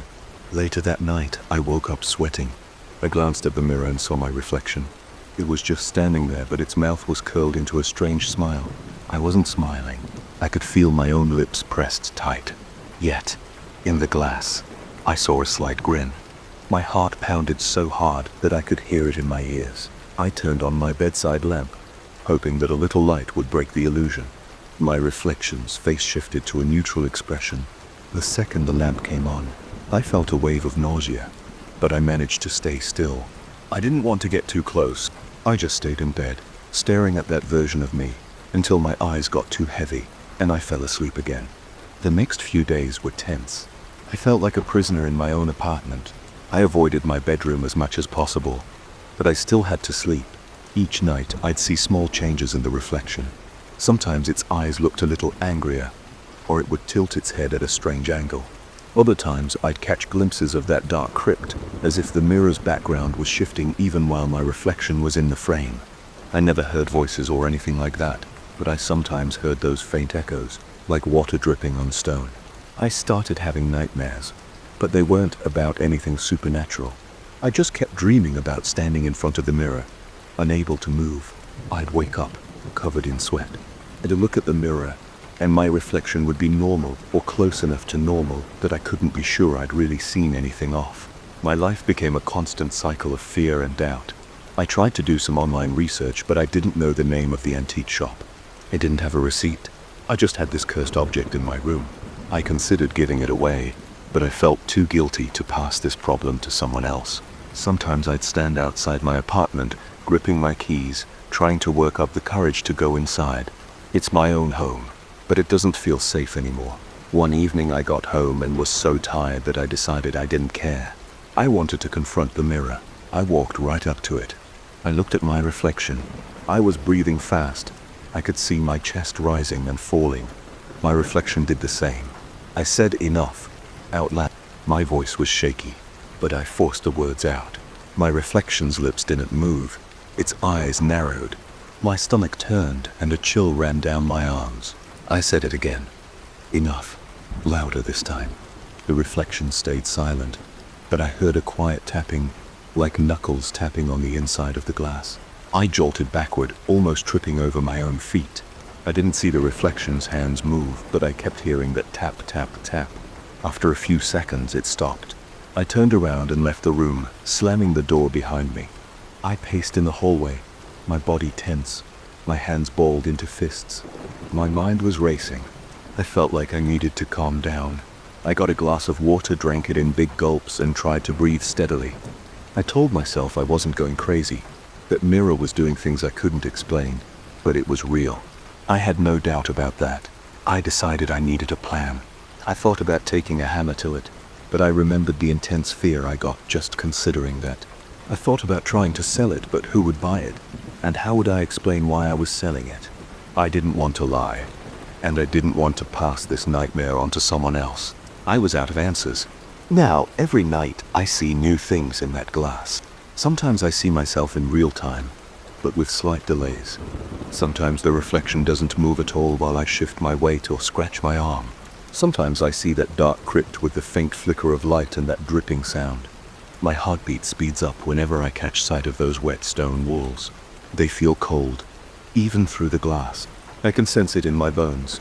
Sometimes I get the impression that if I stare too long, I'll see something appear in that crypt.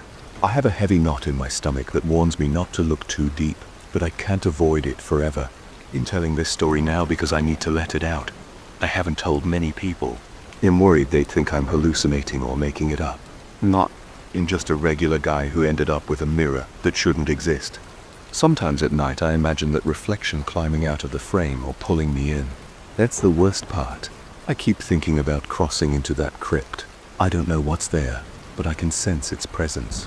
It's like a heavy pressure on my chest, reminding me that there's something on the other side, waiting. I'm not sure how long I can take this. I'm afraid that one day I'll look into the mirror and never see my bedroom again. Maybe I'll see the crypt all the time. Maybe I'll see my reflection staring back with a permanent grin, refusing to let me turn away. I've tried everything short of smashing it, but I can't bring myself to do it. My legs shake at the thought of touching that twisted frame again. For now, I'm stuck with it. Every day I wake up and wonder if my reflection is going to do something worse. Every night I lie in bed listening for that tapping sound. That's all I know. The mirror is still there, watching me, waiting. And I can shake the feeling that if I stare too long, I'll see something that will change me forever. I'm scared I'll see something I can't unsee. Something that will make me lose my mind. So, I try not to look, but sometimes I can't help myself. It's a sick attraction, like I'm drawn to the very thing that terrifies me. Maybe I'll break it one day. Maybe I won't, but right now, it's still there, hanging on my bedroom wall, daring me to look again. That phone wasn't supposed to ring. I had disconnected every cable I could find before I went to bed. I even checked the rotary dial to make sure it wouldn't budge. But at exactly 2 a.m., I heard its metallic chime echo through my office. It wasn't a soft ring. It was loud and insistent, cutting off my sleep and making me wonder what could be on the other end of that line. It felt loud, like something from an old movie. It startled me awake, and I froze in my chair because I'd been dozing there after a long day. My heart pounded, and I stared at it from across the room. The phone was on the desk by the window under a single weak lamp I had left on. I didn't get up right away. I just waited for it to stop. But it didn't. I walked over, feeling my legs shake with each step. My mouth felt dry, and I caught myself holding my breath. When I finally picked up the receiver, I heard a low static. At first, I thought maybe it was a bad connection, but then I caught a sound behind the static, heavy, uneven breathing, like someone trying not to speak, but unable to stay quiet. I waited. My heart thumped against my ribs. The breathing went on for a few seconds, and I felt my scalp tighten. Then I heard my name. It was faint, but it was definitely my name. It sounded choked, like the speaker's throat was half closed. I said hello, but no one answered. The line went dead. I put the receiver down and backed away, rubbing my arms because I felt a chill. I still tried to calm myself, telling myself it could have been some random telemarketer or an accidental dial. But that didn't make sense. The phone wasn't even connected to the wall. I thought maybe I'd made a mistake, maybe I'd left a cord plugged in. I flipped the phone around, looked for any wires, but there was nothing. The phone was just sitting there, with no external power source. It was an old rotary phone with a thick coiled cord running from the base to the handset. That was all. There was no cable to the wall. I stood there for a while, checking every side of that phone. My stomach felt knotted, and I could taste acid in the back of my throat. I considered throwing the phone in the trash or putting it in a closet, but I decided to leave it. I told myself I'd figure it out in the morning. I needed sleep, and I was too tired to think straight. So I sat down on my office couch, turned off the lamp, and tried to calm down. I dozed off. But maybe half an hour later I heard the phone again. This time it only rang once, a short, sharp ring. I jumped up and turned on the light. The phone was silent. I watched it, waiting for it to ring again, but it didn't. I felt tense and sweaty, so I decided to go home for the night. My office was only a few blocks away from my apartment, so I locked up and left. I tried not to think too hard about what had just happened. The next day I came in early to check the phone more thoroughly. It was a piece I had inherited from my grandfather's old house. I liked the vintage look, so I placed it on my desk as a conversation starter. I told myself it was probably just me being paranoid. I even considered that maybe I was half asleep and imagined the ring, but I also remembered how real that breathing sounded. I turned the phone upside down and opened the little panel on the bottom to see the wiring. It looked dusty and old with frayed edges. I expected to find a battery or something hidden, but there was nothing. Just old mechanical parts. No power, no trick. I examined the rotary dial. It clicked softly, the way rotary dials do. I put the phone back and decided to ignore it. That night, I stayed in my office again. I was trying to finish a project without distractions, and I figured I'd test the phone. I made sure there was no cord to the wall. I moved the phone to a corner near the filing cabinet. Around midnight, I brewed some coffee and sat at my desk, reviewing documents. The phone stayed quiet for hours. Then, at about 2 in the morning, it rang again. That metallic clang filled the room so loud that my eardrums felt like they were vibrating. My palms went clammy. I got up, walked to the phone, and lifted the receiver. Static. Then a faint whisper. It repeated my name, and I almost dropped the handset. My voice cracked when I said, "Who is this?" I heard more whispers. I couldn't make out all the words, but I heard something about a place with dim lights and wet floors. I heard the word corridor, and I felt goosebumps travel up my arms. I'd had nightmares about a long corridor with flickering lights before, but I never told anyone. The voice whispered about dripping noises, moldy walls, and a smell like rotten wood. Those details matched my nightmares exactly. I felt short of breath. My temples pulsed. I said stop, and slammed the receiver down. I turned around and pressed my hands on my desk, trying to steady myself. My legs felt weak. I decided I wouldn't sleep in the office that night. I left, got home, and lay awake for hours. The following morning I checked the phone again. I even tried removing the handset entirely. I unscrewed it, took out the internal piece, and put them in separate drawers. For good measure, I wrapped the phone base in a thick towel and shoved it into the bottom of a locked filing cabinet. I spent the day telling myself that this was all in my head. There had to be a logical explanation. Maybe I was sleep deprived. Maybe the old device had some hidden battery, and I was just freaking out. That night, I stayed in my office because I had no choice. My workload was too high. I tried not to think about the phone. Around 1:30 a.m., I heard a soft scratching noise from the filing cabinet. I felt my heart skip. I ignored it for a few minutes, focusing on the documents in front of me. But the scratching got louder, like metal scraping against metal. My hands shook as I stood up. I unlocked the cabinet, pulled the drawer open, and saw the towel unwrapped. The phone base had moved to the back of the drawer, as if it were twisting around on its own. The rotary dial spun. I watched the dial rotate from 0 to 9, then from 9 to 5 in a sequence that made no sense. The phone clicked with each turn of the dial. My mouth went dry. My pulse pounded in my head. Then the ringer chimed. 3 times. Clear, loud rings. I slammed the drawer shut, breathing heavily. The rings stopped. I grabbed my jacket and left the office. I couldn't handle being there. My mind was racing. I tried to calm down in my car. I sat there for about 10 minutes, staring at the dark windows of my office. No lights were on except the small lamp. I'd left at my desk. Everything seemed quiet from the outside. The next day, I decided to get rid of the phone. I took it out of the filing cabinet, stuffed it in a box, and carried it outside. My plan was to throw it in the dumpster behind the building. I felt uneasy doing it, but I told myself I'd had enough. I found the dumpster, lifted the lid, and tossed the box inside. I heard a dull thud as it landed on top of some garbage bags. I let out a breath of relief and walked away. That evening I stayed home. I watched TV and tried to relax. Around midnight my cell phone buzzed. I checked the screen. It was an unknown number. I felt a jolt of anxiety, and I tapped decline. A few minutes later it rang again. Same unknown number. I silenced it. Then a text popped up. It was just my name typed out. My chest tightened, and I felt a rush of nausea. Another text followed with some phrases about corridors and dripping water. I recognized the same words I'd heard through the static. I turned off my phone and tried to calm down. I didn't sleep well. In the morning, I forced myself to go to the office. I didn't see the phone anywhere, and for a moment I felt relieved.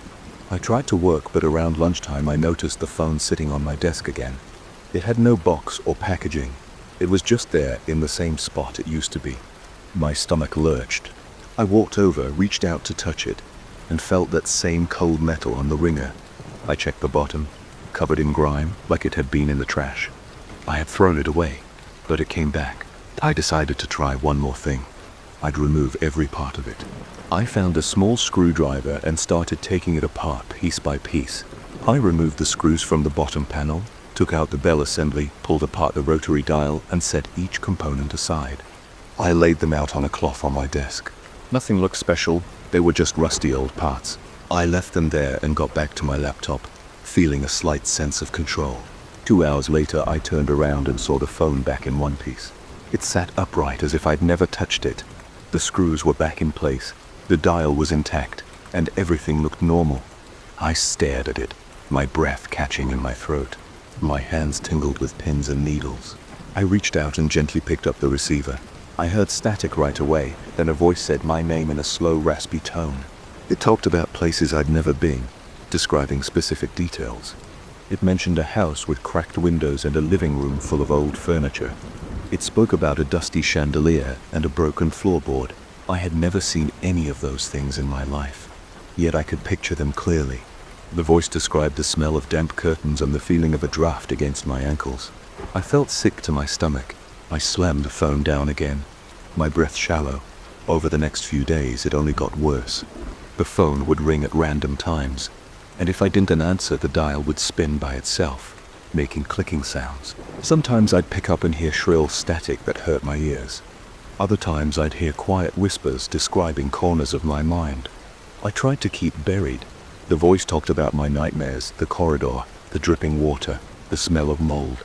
It even mentioned the way I'd stand there in the dream, unable to move. My body would go cold each time it spoke. I could feel sweat dripping down my back. My hands would shake so much I could barely hold the receiver.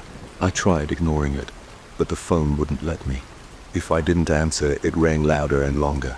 Sometimes it felt like the ringer was echoing right inside my skull. I tried throwing it into the storage room at the end of the hallway. I locked the door, but within minutes I'd hear it ringing again on my desk. When I opened the door to the storage room, it would be gone. I found it back on my desk the moment I returned. My head felt like it was under constant pressure. One evening, I left the office to see if I could just escape it all. When I got home, my personal phone started acting strange. I had calls from numbers that were just static. The text messages were mostly random symbols plus a few words that repeated corridor, water, your name. Each time I saw them, my heart rate sped up. The chest felt tight. My head pounded. I ended up turning my phone off and sitting in the dark, feeling shaky and exhausted. I thought about calling someone for help, but didn't know what I'd say.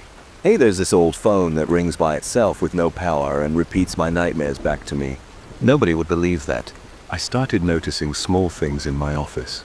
The air felt colder around the desk. The overhead lights flickered sometimes. I heard faint clicking noises when I worked late. Sometimes the phone would ring once, stop, and then I'd hear footsteps in the hallway, even though nobody was there. So I'd get up, check the hallway, empty. My nerves were on edge. I was jumpy, stuttering in normal conversation. My coworkers commented that I looked pale. I just said I was working too hard.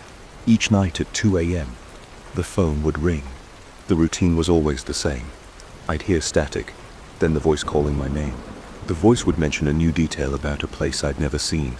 A corner, or a hallway, or a window with an odd shape. It always sounded real, like something physically there. I could almost smell the dampness or feel the chill. I felt sure these were glimpses of somewhere I was not meant to go. I tried pulling the phone apart a second time, but it reassembled itself. I tried burying it under stacks of old files, but it still rang. I took it to my car once, drove across town, and left it in an alley. When I got back to the office, it was on my desk again, stained with alley grime, as if mocking my attempts to get rid of it. My chest felt tight all day. I had trouble eating.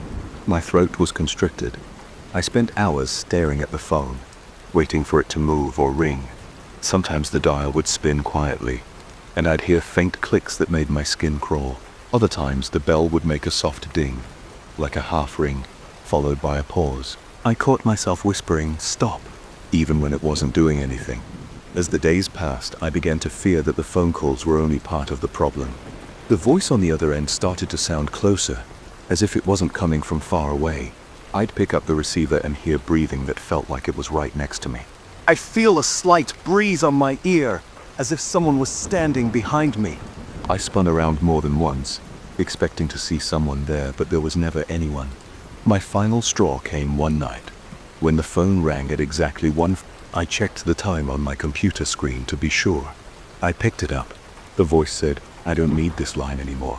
I froze. My fingers gripped the receiver, and my forehead broke out in a cold sweat. My heart hammered in my chest. The voice repeated that it was almost ready to speak to me without the phone. My hand shook so badly I could barely set the receiver down. I felt like I might pass out. I tried to calm my breathing. Now, I'm sitting in my office, late at night. The phone is quiet, but I keep glancing at it. My chest feels tight, and my head is pounding. I can't concentrate on anything else. I notice the lights flicker every few minutes. My body tenses each time I hear a small noise. I keep thinking about that last call. The voice said it wouldn't need the phone anymore.